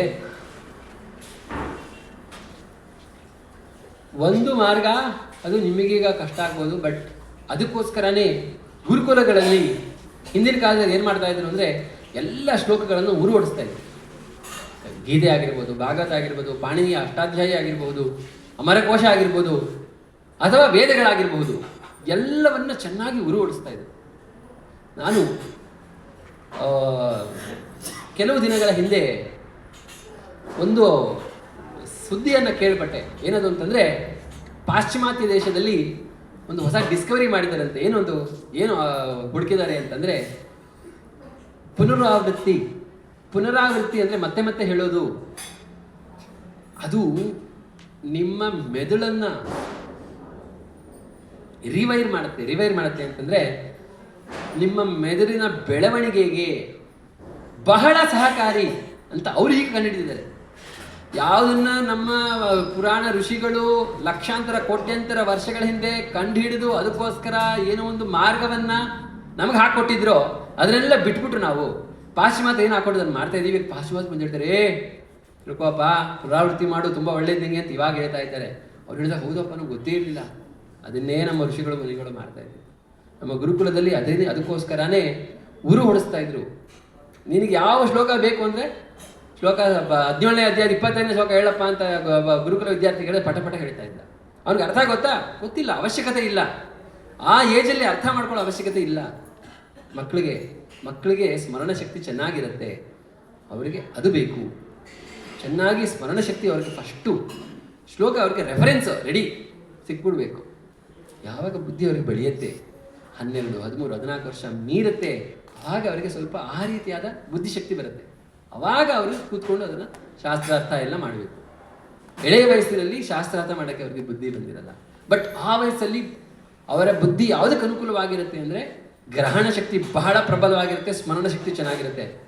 ಆ ಏಜಲ್ಲಿ ನಾವು ಸರಿಯಾಗಿ ಕಲಿಸ್ಬೇಕು. ಏನು ಕಲಿಸ್ತಾ ಇದೀಗ? ಬಾಬಾ ಬ್ಲ್ಯಾಕ್ ಶಿಪ್ ಕಲಿಸ್ತಾ ಕೂತಿದ್ದೀವಿ. ಏನು ಸಿಗತ್ತೆ ಅದರಿಂದ? ನಗ್ತೀವಿ ಅಷ್ಟೇ. ಬಟ್ ಯೋಚನೆ ಮಾಡಿ, are we ready to change? ನಾವು ಬದಲಾಯಿಸ್ತಾ ಇದ್ದೀವ? ಇವತ್ತು ಸಹಿತ ಅದೇ ಸ್ಕೂಲ್ ಹೋಗಿ ನಾವು ಲಕ್ಷಾಂತರ ರೂಪಾಯಿ ಫೀಸ್ ಕೊಟ್ಟು ಅವ್ರಿಗೆ ಕಳಿಸ್ತಾ ಇದ್ದೀವೋ ಇಲ್ವೋ? ನಾವು ವೇಸ್ಟ್ ಮಾಡ್ತಾ ಇದ್ದೀವಿ ಅವರ ಬಾಲ್ಯವನ್ನು. ಬರೀ ಬಾಲ್ಯ ವೇಸ್ಟ್ ಮಾಡ್ತಾ ಇಲ್ಲ, ಅವರ ಜೀವನನ ನಾವು ಸರಿಯಾಗಿ ಫೌಂಡೇಶನ್ ಹಾಕೊಡ್ತಾ ಇಲ್ಲ. ಮತ್ತೆ ಭಗವಂತನ ಪ್ರಾರ್ಥನೆ ಮಾಡ್ಕೋತೀವಿ, ಹೆಂಗಾರ ಮಾಡಿ ಅವ್ನು ಭಕ್ತಿ ಮಾಡಪ್ಪ ಅಂತ. ಭಕ್ತಿ ಮಾಡ ಅಷ್ಟೇ, ಅವನ ಮೇಲೆ ಬಿಟ್ಬಿಟ್ಟಿದ್ದೀವಿ ಅಷ್ಟೇ ಹೊರತು ನಾವು ಅವ್ರಿಗೇನು ಸರಿಯಾದ ಫೌಂಡೇಶನ್ ಆಗ್ತಾ ಇಲ್ಲ. ಏನು ಮಾಡಬಹುದು ನಾವು? ಖಂಡಿತವಾಗಲೂ ಮನೇಲಿ ನೀವು ಪ್ಲ್ಯಾನ್ ಮಾಡಿ, ಮಕ್ಕಳು ಮನೆಗೆ ಬಂದಾಗ ಕೂತ್ಕೊಂಡು ಅವ್ರಿಗೆ ಶ್ಲೋಕನ ಹೇಳಿಕೊಡಿ. ಭಗವದ್ಗೀತೆ ಫುಲ್ ಕಂಠಪಾಠ ಮಾಡಿಸಿ ಅವ್ರಿಗೆ. ನಾನು ಆನ್ಲೈನಲ್ಲಿ ನೋಡಿದ್ದೀನಿ, 2-3 ವರ್ಷದ ಸಣ್ಣ ಬಾಲಕರು ವಿಷ್ಣು ಸಹಸ್ರನಾಮ ಹೇಳ್ತಾ ಇದ್ದಾರೆ, ಗೀತೆ ಹೇಳ್ತಾ ಇದ್ದಾರೆ. ಸಾಧ್ಯ ಇದೆ ಇದು. ಆ ವಯಸ್ಸಲ್ಲಿ ಅವರಿಗೆ ಬಹಳ ಗ್ರಹಣ ಶಕ್ತಿ ಇರುತ್ತೆ. ಆ ವಯಸ್ಸಲ್ಲಿ ಅದನ್ನು ಅವ್ರ ಮನಸ್ಸಲ್ಲಿ ಇಂಪ್ರಿಂಟ್ ಆಗಿ ಉಳಿದ್ಬಿಡ್ಬೇಕದು. ಅವಾಗ ಜೀವನ ಪೂರ್ತಿ ಅವ್ರಿಗೊಂದು ಹೆಲ್ಪ್ ಆಗುತ್ತೆ ಅದರಿಂದ. ಸೊ ಅದು ಬಾಲ್ಯಾವಸ್ಥೆಯಲ್ಲಿ. ಇವಾಗ ನಮ್ಗೆ ವಯಸ್ಸಾಗಿದೆ, ನಾವೇನು ಮಾಡಬೇಕು? ಅದಕ್ಕೆ ಟೆಕ್ನಾಲಜಿ ಸಹಾಯ ತಗೋಬೇಕಷ್ಟೇ. ಯಾಕೆಂದರೆ ನಮಗಿವಾಗ ಕೂತ್ಕೊಂಡು ಉರು ಹೊಡೆದು ಅದೆಲ್ಲ ಸ್ಮರಣೆ ಮಾಡೋಷ್ಟು ಸ್ವಲ್ಪ ಮಾಡ್ಕೋಬೋದು, ಬಟ್ ಎಲ್ಲವನ್ನೂ ನಮಗೆ ಸ್ಮರಣೆ ಮಾಡೋಷ್ಟು ಶಕ್ತಿ ತಾಕತ್ತು ಈ ವಯಸ್ಸಲ್ಲಿ ಇರೋದಿಲ್ಲ. ಅದಕ್ಕೆ ನಮ್ಮ ಟೆಕ್ನಾಲಜಿಗೆ ಸಹಾಯ ಮಾಡ್ಕೋಬೇಕು. ಈಗೆಲ್ಲ ನಿಮಗೆ ಒಳ್ಳೊಳ್ಳೆ ಆ್ಯಪ್ಸ್ ಬಂದಿದೆ. ಪ್ರಭಾದರದೊಂದು ಫೋಲಿಯೋ ಅಂತ ಇದೆ, ವೇದಾಭ್ಯಾಸ ಅಂತ. ಅಲ್ಲಿ ನಾವು ಏನು ಬೇಕೋ ಸರ್ಚ್ ಮಾಡಿದ್ರೆ ಆ ಶ್ಲೋಕ ಬರುತ್ತೆ. ಇನ್ನು ಈಗ ಆರ್ಟಿಫಿಷಿಯಲ್ ಇಂಟೆಲಿಜೆನ್ಸ್ ಅಂತ ಬರ್ತಾ ಇದೆ, AI. ಕೇಳಿದಿರೋ ಇಲ್ವೋ? ಅದನ್ನೆಲ್ಲ ಈಗ ಎಷ್ಟೋ ಜನ ಭಕ್ತರು ಬಳಸ್ತಾ ಇದ್ದಾರೆ. ChatGPT ಅಂತೆಲ್ಲ ಬಳಸ್ತಾ ಇದ್ದಾರೆ ಎಷ್ಟೋ ಜನ. ಅದೆಲ್ಲ ಎಲ್ಲ ಭಾಷೆಯಲ್ಲೂ ಬಳಸ್ಬೋದು, ಆದರೆ ಅದಿನ್ನೂ ಮೆಚ್ಯೂರ್ ಆಗಿಲ್ಲ. ಬಟ್ ಫ್ಯೂಚರಲ್ಲಿ ಆ ಒಂದು ಕೆಪಬಿಲಿಟಿ ಅಂದರೆ ನಮ್ಗೆ ಯಾವ ಶ್ಲೋಕ ಬೇಕೋ, ಯಾವುದೊಂದು ಟಾಪಿಕ್ಕು, ನನಗೆ ಮಾಂಸದ ಬಗ್ಗೆ ಭಾಗವತದಲ್ಲಿ ಒಂದು ಎಷ್ಟು ಶ್ಲೋಕ ಇದ್ದಾರೆ ಕೊಡು ಅಂತ ನಾವು ಕೇಳಿದ್ರೆ ಕರೆಕ್ಟಾಗಿ ತೆಗೆದುಕೊಡುವಷ್ಟು ಸಾಮರ್ಥ್ಯನ ಟೆಕ್ನಾಲಜಿಗೆ ರೆಡಿ ಮಾಡ್ತಾ ಇದ್ದಾರೆ. ಅವಾಗ ಟೆಕ್ನಾಲಜಿಗೆ ಪವರ್ ಇರುತ್ತೆ, ಅವಾಗ ಕೊಟ್ಟರೆ ಅದು ಕೊಡುತ್ತೆ. ಅವಾಗ ನಾವು ಕಲಿಬೋದು ಅದರಿಂದ. ಧನ್ಯವಾದ. ಈಗ ನಾವು ದಾನ ಮಾಡ್ತೀವಿ, ಒಂದು ಧರ್ಮ ಮಾಡ್ತೀವಿ, ಅಥವಾ ಒಂದು ದೇವ್ರ ಪೂಜೆ ಮಾಡ್ತೀವಿ, ಮತ್ತೇನೋ ಒಂದು ಮಾಡ್ತೀವಿ. ನನಗೆ ಗೊತ್ತಿದೆ ನಾನು ಮಾಡಿದೆ ಅಂತ ತಿಳ್ಕೋಬಾರ್ದು ಅಂತ ನನ್ನ ಮನಸ್ಸಿಗಿದೆ. ಆದರೆ ಆ ಮನಸ್ಸು ಏನಾಗುತ್ತೆ, ಮಾಡಿದ್ಮೇಲೆ ಅದು ಅನ್ಸುತ್ತೆ ಪ್ರಕೃತಿ, ನಾನು ಮಾಡಿದೆ ಅನ್ಸುತ್ತೆ. ಅಲ್ಲಿಗೆ ನಾನು ಮಾಡಿದ ವ್ಯರ್ಥನೂ ಅನಿಸ್ತಾ ಇರುತ್ತೆ. ಅದು ಕಂಟ್ರೋಲ್ ಮಾಡೋಕ್ಕಾಗೋದಿಲ್ಲ. ಆ ಮನಸ್ಸಿಗೆ ತಡೆ ಇಲ್ಲ. ಎಷ್ಟು ಶ್ರದ್ಧೆಯಿಂದ ಅದನ್ನು ತಡೆಯೋಕ್ಕೆ ಸಾಧ್ಯ? ಮಾಡಿದ್ಮೇಲೆ ಅನ್ಸ್ಬಿಡುತ್ತೆ ಅದು. ನಾನು ಮಾಡಿದೆ, ನಾನು ದಾನ ಧರ್ಮ ಮಾಡಿದೆ, ನಾನು ಇವತ್ತು ಅನ್ನದಾನ ಮಾಡಿದೆ, ನಾನು ಇವತ್ತು ಒಳ್ಳೆ ಪೂಜೆ ಮಾಡಿದೆ ಅನ್ಸುತ್ತೆ. ಅವ್ರು ಹೇಳ್ತಾ ಇರೋದು, ಸೊ ನೀವು ಹೆಮ್ಮೆ ಪಡೋದು ತಪ್ಪಿಲ್ಲ, ಅಂದರೆ ಜಂಬ ಪಡಬಾರ್ದು, ಅದೊಂದು ವ್ಯತ್ಯಾಸ. ಮಾಡಿದ್ನಲ್ಲಪ್ಪ ಅಂತ ಸಾರ್ಥಕತೆ ಪಡೆಯೋದು ತಪ್ಪಲ್ಲ. ಆಯ್ತಲ್ಲಪ್ಪ ಇವತ್ತು 60 ರೂಪಾಯಿನ ಜಪ ಮಾಡಿದಲ್ಲಪ್ಪ, ದಿನನ ಚೆನ್ನಾಗಿ ಕಳೆದಿದ್ದೀನಿ ಅಂತ ಒಂದು ಸಾರ್ಥಕತೆ, ಆ ಹೆಮ್ಮೆ ತಪ್ಪಲ್ಲ. ಆದರೆ ಜಂಬ ಪಡೋದು ಮತ್ತು ಇನ್ನೊಬ್ಬರನ್ನ ಮಾಡದೇ ಇರೋರನ್ನ ಕೀಳಾಗಿ ನೋಡೋದು ಅದು ತಪ್ಪು. ಆಯಿತಾ? ಆದ್ದರಿಂದ ಆ ಒಂದು ಡಿಸ್ಟಿಂಕ್ಷನ್ ನಾವು ಮಾಡ್ಕೋಬೇಕು. ನನ್ನ ನೆನ್ನೆ ನಾನು 16 ಮೇಲೆ ಮಾಡಿದೆ, ಆದರೆ ಬೆಳಗ್ಗೆ 4, ಮಧ್ಯಾಹ್ನ 4, ಸಂಜೆ 4 ಆ ಥರ ಮಾಡಿದೆ. ಆದರೆ ಇವತ್ತು ಬೆಳಗ್ಗೆನೇ ಎಲ್ಲ ಮಾಡಿಬಿಟ್ಟೆಪ್ಪ ಅಂತ ಒಂದು ಹೆಮ್ಮೆ ಪಡೋದ್ರಲ್ಲಿ ಏನು ತಪ್ಪಿಲ್ಲ. ನಾನು ಕೃಷ್ಣನ ಭಕ್ತ ಆದೆಯಪ್ಪ, ಏನು ಪಾಪಕರ್ಮ ಮಾಡ್ತಾ ಇಲ್ಲ ಅಂತ ಹೆಮ್ಮೆ ಪಡೋದು ತಪ್ಪಿಲ್ಲ. ಅದು ಏನು ತೊಂದರೆ ಕೊಡಲ್ಲ ನಮಗೆ. ಹೆಮ್ಮೆ ಪಡಬೇಡ, ಇನ್ನೂ ನಿಲ್ಲಿರೋ ತಪ್ಪುಗಳನ್ನು ಕಾಣು, ಅದರಿಂದ ತಿದ್ಗೋ, ಆಯಿತು, ಅದಿನ್ನೂ ಉನ್ನತವಾದಂತಹ ಹಂತ, ಅದು ಬರುತ್ತೆ ಕ್ರಮೇಣವಾಗಿ. ಆದರೆ ಅದನ್ನು ನಾವು ಇಮಿಟೇಟ್ ಮಾಡೋಕ್ಕಾಗಲ್ಲ. ನಾನು ಆ ಸ್ಟೇಜಲ್ಲಿ ಇಲ್ಲ ಇನ್ನು. ನನ್ನಲ್ಲಿರೋ ತಪ್ಪನ್ನೇ ಹುಡುಕಿ ನಾನು ಎತ್ತಿ ತೆಗೆದು ಅದನ್ನು ಕ್ಲೀನ್ ಮಾಡ್ಕೊಳ್ಳೋ ಅಷ್ಟು ಏನಂತಾರೆ ನಮ್ಮ ಅಬಿಲಿಟಿ ಇನ್ನೂ ಬಂದಿಲ್ಲ ನನಗೆ. ಅದು ಬಂದಾಗ ಆ ಥರ ಮಾಡೋಣ. ಈಗಿನ ಅವಸ್ಥೆಯಲ್ಲಿ ಮಾಡೋಣ, ಸಾಧನೆ ಮಾಡೋಣ, ತಪಸ್ಸು ಮಾಡೋಣ, ಎಷ್ಟಾಗುತ್ತೋ ಅಷ್ಟು ಮಾಡಿ ಅದರಿಂದ ಖುಷಿ ಪಡೋಣ. ಖುಷಿ ಪಡೋದು ತಪ್ಪಿಲ್ಲ. ಆದರೆ ಅದರಿಂದ ಇನ್ನೊಬ್ಬರನ್ನ ಅವಹೇಳನ ಮಾಡೋದಾಗಿ, ಕೀಳಾಗಿ ನೋಡೋದಾಗಲಿ ಮಾಡ್ತಾರೆ. ಸರಿನಾ? ಧರ್ಮದ ತತ್ವಗಳು ಇಷ್ಟೊಂದು ಕ್ಷೀಣ ಮಟ್ಟಕ್ಕೆ ಹೋಗೋದಕ್ಕೆ ನಮ್ಮ ಶಿಕ್ಷಣ ವ್ಯವಸ್ಥೆನೇ ಕಾರಣ. ಶಿಕ್ಷಣ ವ್ಯವಸ್ಥೆ ಲಕ್ಷಣ ಅನ್ಕೊಳ್ಳೋಣ, ಕಾರಣ ಅನ್ಕೊಳ್ಳೋಕೆ ಬೇಡ. ಯಾಕಂದರೆ ಅದು ಕಲಿಯುಗದ ಪ್ರಭಾವ. ಕಲಿಯುಗ ತಲೆ ಎತ್ತಿದಾಗ ಅದಕ್ಕೇನೇನು ಸಹಕಾರ ಮಾಡೋ ಟೂಲ್ಸ್ ಇದೆಯೋ ಅದು ಮೇಲಕ್ಕೆ ಬರುತ್ತೆ. ಕಲಿನ ಬೆಳೆಸೋಕ್ಕೆ ಸಹಾಯ ಮಾಡ್ತಾ ಇರೋ ಶಿಕ್ಷಣ ವ್ಯವಸ್ಥೆ ಮೇಲಕ್ಕೆ ಬಂದಿದೆ ಇವತ್ತು. ಆಯಿತಾ? ಅದಕ್ಕೆ ನಾವು ಪ್ರತಿಯಾಗಿ ನಮ್ಮ ಈ ಭಾಗವತ ಅಥವಾ ಧರ್ಮ ತಲೆ ಎತ್ತೋ ರೀತಿಯಲ್ಲಿ ಶಿಕ್ಷಣ ವ್ಯವಸ್ಥೆನ ನಾವು ಪ್ರತಿಯಾಗಿ ಮಾಡಬೇಕಾಗಿದೆ. ಭಕ್ತರಾಗಿ ಎಷ್ಟಾಗತ್ತೆ ಅಷ್ಟು, ದೇವಸ್ಥಾನದಲ್ಲಿ ಎಷ್ಟಾಗುತ್ತೆ ಅಷ್ಟು ಶಿಕ್ಷಣ ದೇವಸ್ಥಾನದಲ್ಲಿ ಕೊಡೋಣ, ಮನೆಗಳಲ್ಲಿ ಎಷ್ಟಾಗುತ್ತೆ ಅಷ್ಟು ಮನೆಯಲ್ಲಿ ಕೊಡೋಣ. ನಾನು ಯಾರೊಬ್ಬೊಬ್ಬರು ಟೀಚರ್ ಹತ್ರ ಚರ್ಚೆ ಮಾಡ್ತಾ ಇದ್ದೆ. ಅವ್ರು ಹೇಳ್ತಾ ಇರೋದು, ಸ್ಕೂಲಲ್ಲಿ ಇಷ್ಟೆಲ್ಲ ಕಳಿಸ್ತೀರಾ, ಅವ್ರು ಏನು 5-6 ವರ್ಷ ಸ್ಕೂಲಲ್ಲಿ ಕಲಿತಾರೆ, 1 ವರ್ಷದಲ್ಲಿ ಕಲಿಬೋದು. ಅದು ಅಷ್ಟು ಕಷ್ಟ ಇಲ್ಲ ಕಲಿಯೋದು, ಸುಮ್ಮನೆ ಟೈಮ್ ವೇಸ್ಟ್ ಮಾಡ್ತಾ ಇದ್ದಾರೆ ಸ್ಕೂಲಲ್ಲಿ ಅಂತ ಹೇಳ್ತಾ ಇದ್ದಾರೆ. ಸೊ ಕೆಲವರು ಅದಕ್ಕೆ ಹೋಮ್ ಸ್ಕೂಲಿಂಗ್ ಮಾಡ್ತಾ ಇದ್ದಾರೆ ಮಕ್ಕಳನ್ನ. ಮನೆಯಲ್ಲೇ ಅವ್ರಿಗೆ ಏನೇನು ಬೇಕೋ, ಇವಾಗೆಲ್ಲ ಬೇರೆ ಬೇರೆ ಬೋರ್ಡ್ಸ್ ಎಲ್ಲ ಬಂದಿದೆ, NIOS ಅಂತ ಬೋರ್ಡ್ ಇದೆ. ಸೊ ಆ ರೀತಿ ಏನೇನೋ ಬೇರೆ ಬೇರೆ ಪ್ರಯತ್ನಗಳನ್ನು ಪಡ್ತಾ ಇದ್ದಾರೆ. ಆದರೆ ಇದಕ್ಕೆ ಮೂಲ ಸೊಲ್ಯೂಷನ್ ಏನು ಅಂತಂದರೆ ಒಳ್ಳೆ ಗುರುಕುಲ ವ್ಯವಸ್ಥೆಯನ್ನು ಮಾಡೋದು. ಆದರೆ ಅದಕ್ಕೆ ಸಮಯ ತಗೊಳುತ್ತೆ. ಅದು ಬರೋ ತನಕ ಈ ರೀತಿಯಾಗಿ ಟೆಂಪರರಿಯಾಗಿ ಏನನ್ನು ಸಾಧ್ಯವೋ ಅದನ್ನು ಹೆಚ್ಚಿಗೆ ನಾವು ಮಾಡಿದ ಆ ಶಿಕ್ಷಣ ವ್ಯವಸ್ಥೆಯಿಂದ ಆಗುವಂತಹ ಬ್ಯಾಡ್ ಎಫೆಕ್ಟ್ಸ್, ದುಷ್ಪರಿಣಾಮಗಳನ್ನು ತಡಿಬಹುದು. ಹಾಗೂ ಏನು ನಮಗೆ ಒಳ್ಳೇದು ಬೇಕೋ ಅದನ್ನು ನಾವು ಆ್ಯಡ್ ಮಾಡ್ತೀವಿ. ಸರಿನಾ? ನಾನು ಭಗವದ್ಗೀತಾ ಕಂಠಪಾಠ ಮಾಡ್ತಾ ಇದ್ದೀನಿ, ಕೆಲವೊಂದು ಅಧ್ಯಾಯ. ಅದು ನನಗೆ ಒಬ್ಬ ಮೊಮ್ಮಗ ಇರ್ತಾನೆ, 3 ವರ್ಷ ಇರ್ತಾನೆ. ನೀವು ಹೇಳಿದ್ದಕ್ಕೆ ನಾನು ಶೇರ್ ಮಾಡಬೇಕಾಗಿತ್ತು. ಅವನು 3 ವರ್ಷ ನನಗೆ ನೋಡಿಕೊಂಡು ಓದೋದಕ್ಕೇ ಕಷ್ಟ ಆಗ್ತಿದೆ. ಅವನು ಒಂದೊಂದು ಅಧ್ಯಾಯದಲ್ಲಿ, ನಾನು ಇನ್ನೊಂದಿನ ಕರ್ಕೊಂಡ್ಬರ್ತೀನಿ, ಅವನು ಒಂದೊಂದು ಅಧ್ಯಾಯದಲ್ಲಿ ನಾನು ಹೇಳೋದನ್ನ ಕೇಳಿಸ್ಕೊಂಡು ಅವನು 4-5 ಶ್ಲೋಕಗಳನ್ನ ಅವನೇ ಇದು ಮಾಡ್ತಾನೆ. ನನ್ನ ಹಸ್ಬೆಂಡ್ ಮೊನ್ನೆ ಓದಬೇಕಾದ್ರೆ ಅವನು ಕೇಳಿಸ್ಕೊಂಡಿದ್ದಾನೆ ಪ್ರಭು, ಅವ್ರ ಮಿಸ್ಟೇಕನ್ನು ಹೇಳ್ತಾ ಇದ್ದಾನೆ. ಅವ್ರು ಮತ್ಪರ ಅಂತ ಹೇಳಿದ್ರು. ತಾತ ಮತ್ಪರ ಅಲ್ಲ, ಮತ್ಪರಾಹ. ಅವನಿಗೆ ಓದೋದಕ್ಕೆ ಬರೋದಿಲ್ಲ, ಬಟ್ ಕೇಳಿಸ್ಕೊಂಡೇ ಅವನು ಕಲ್ತಿದ್ದಾನೆ. ಅಂದರೆ ಅವ್ರಿಗೆ ಯಾವ ಥರ ಮೆಮೊರೈಸ್ ಮಾಡ್ತಿದ್ದಾನೆ ಅಂತ ನಿಜವಾಗ್ಲೂ ನನಗೂ ಶಾಕ್ ಆಗ್ತಿದೆ. ಯಾಕೆ ನಾನು ಒಂದೊಂದು ಶ್ಲೋಕನ ಅಷ್ಟು ಸಾರಿ ಕೇಳಿದ್ರು ನನಗೆ ಮೆಮೊರೈಸ್ ಮಾಡೋಕ್ಕೆ ಆಗ್ತಿಲ್ಲ. ಅವ್ನು ಜಸ್ಟ್ ಅದು ಓದೋದು ಕೇಳಿಸ್ಕೊಂಡೇ ಮಾಡ್ತಾ ಇದ್ದಾನೆ. ಜಸ್ಟ್ ಈಗ 3 ವರ್ಷ ಅಷ್ಟೇ. ಖಂಡಿತ ಇದು ದೇವರು ಮಾಡಿರೋ ಡಿಸೈನ್. ಆ ವಯಸ್ಸಲ್ಲಿ ನಮಗೂ ಇತ್ತೇನೋ ಅಬಿಲಿಟಿ. ನಾವು 3 ವರ್ಷ ಇದ್ದಾಗ ನಮಗೂ ಅಬಿಲಿಟಿ ಇತ್ತು, ಯಾಕಂದ್ರೆ ದೇವರು ಆ ಥರ ಡಿಸೈನ್ ಮಾಡಿದ್ದಾರೆ. ನಾವೇನು ಅನ್ಕೊಂಡ್ಬಿಡ್ತೀವಿ ಅಂದರೆ ಓ ಇವಾಗಿನ ಮಕ್ಕಳೆಲ್ಲ ತುಂಬ ಬುದ್ಧಿವಂತರು, ನಾವೆಲ್ಲ ದಡ್ಡರಾಗಿದ್ವಿ. ಇಲ್ಲ, ಈಗಿನ ಮಕ್ಕಳಿಗೆ ಬೇರೆ ಬೇರೆ ರಿಸೋರ್ಸಸ್ ಇದೆ, ನಮಗಿರ್ಲಿಲ್ವೇನೋ ಅದಕ್ಕೆ ನಾವು ಕಲ್ತಿಲ್ಲ ಅಷ್ಟೇ. ಅವ್ರಿಗೀಗ ಆಪರ್ಚುನಿಟೀಸ್ ಇದೆ, ಅವಕಾಶಗಳಿದೆ ಕಲಿಯೋಕ್ಕೆ. ಆ ವಯಸ್ಸಿನಲ್ಲಿ ಆ ಅಬಿಲಿಟಿ ಪ್ರಕೃತಿ ದತ್ತ, ಭಗವಂತ ಕೊಟ್ಟಿದ್ದಾನೆ. ಯಾಕೆಂದರೆ ಜೀವನಕ್ಕೆ ಬೇಕಾದಂತಹ ಏನೇನು ಎಲ್ಲವನ್ನೂ ಕಲೀಲಿ, ಆ ಕಲಿಯೋ ವಯಸ್ಸಲ್ಲಿ ಕಲೀಲಿ ಅಂತ ಅವ್ರಿಗೆ.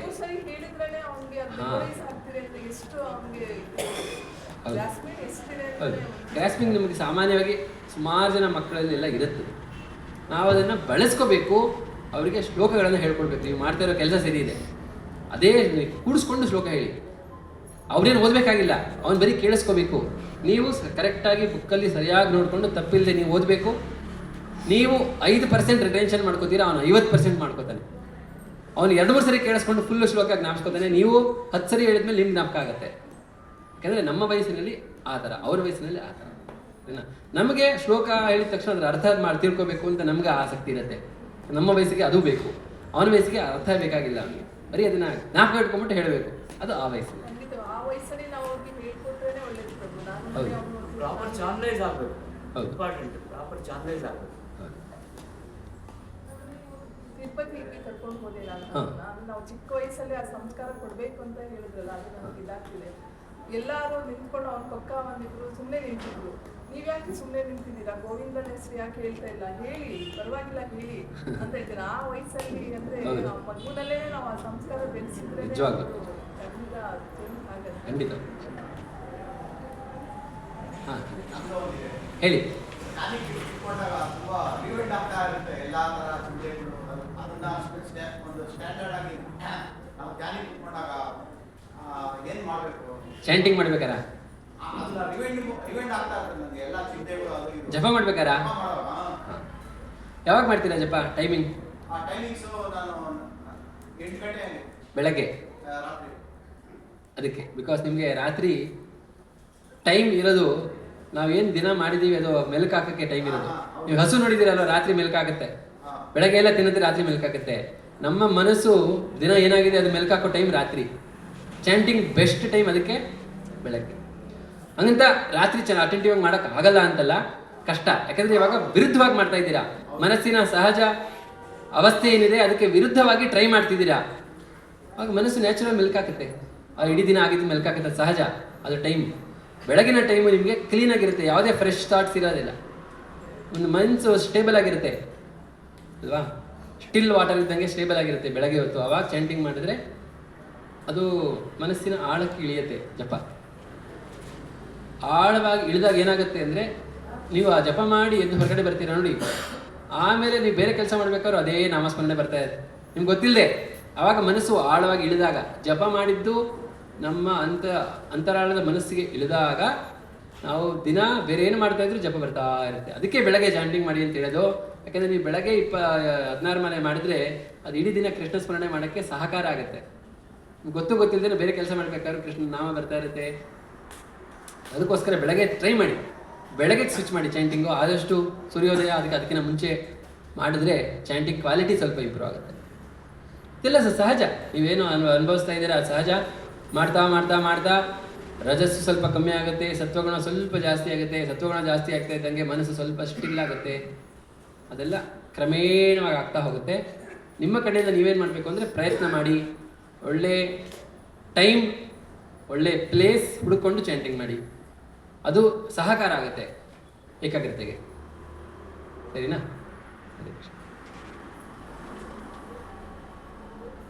ಹರೇ ಕೃಷ್ಣ. ಎಲ್ಲರಿಗೂ ಇವತ್ತು ನನ್ನ ಕಡೆಯಿಂದ ಪ್ರಣಾಮ. ಗ್ರಂಥರಾಜ್ ಶ್ರೀಮದ್ ಭಾಗವತಂ ಕಿ ಜಯ, ಶ್ರೀಲ ಪ್ರಭುಪಾದ ಕಿ ಜಯ.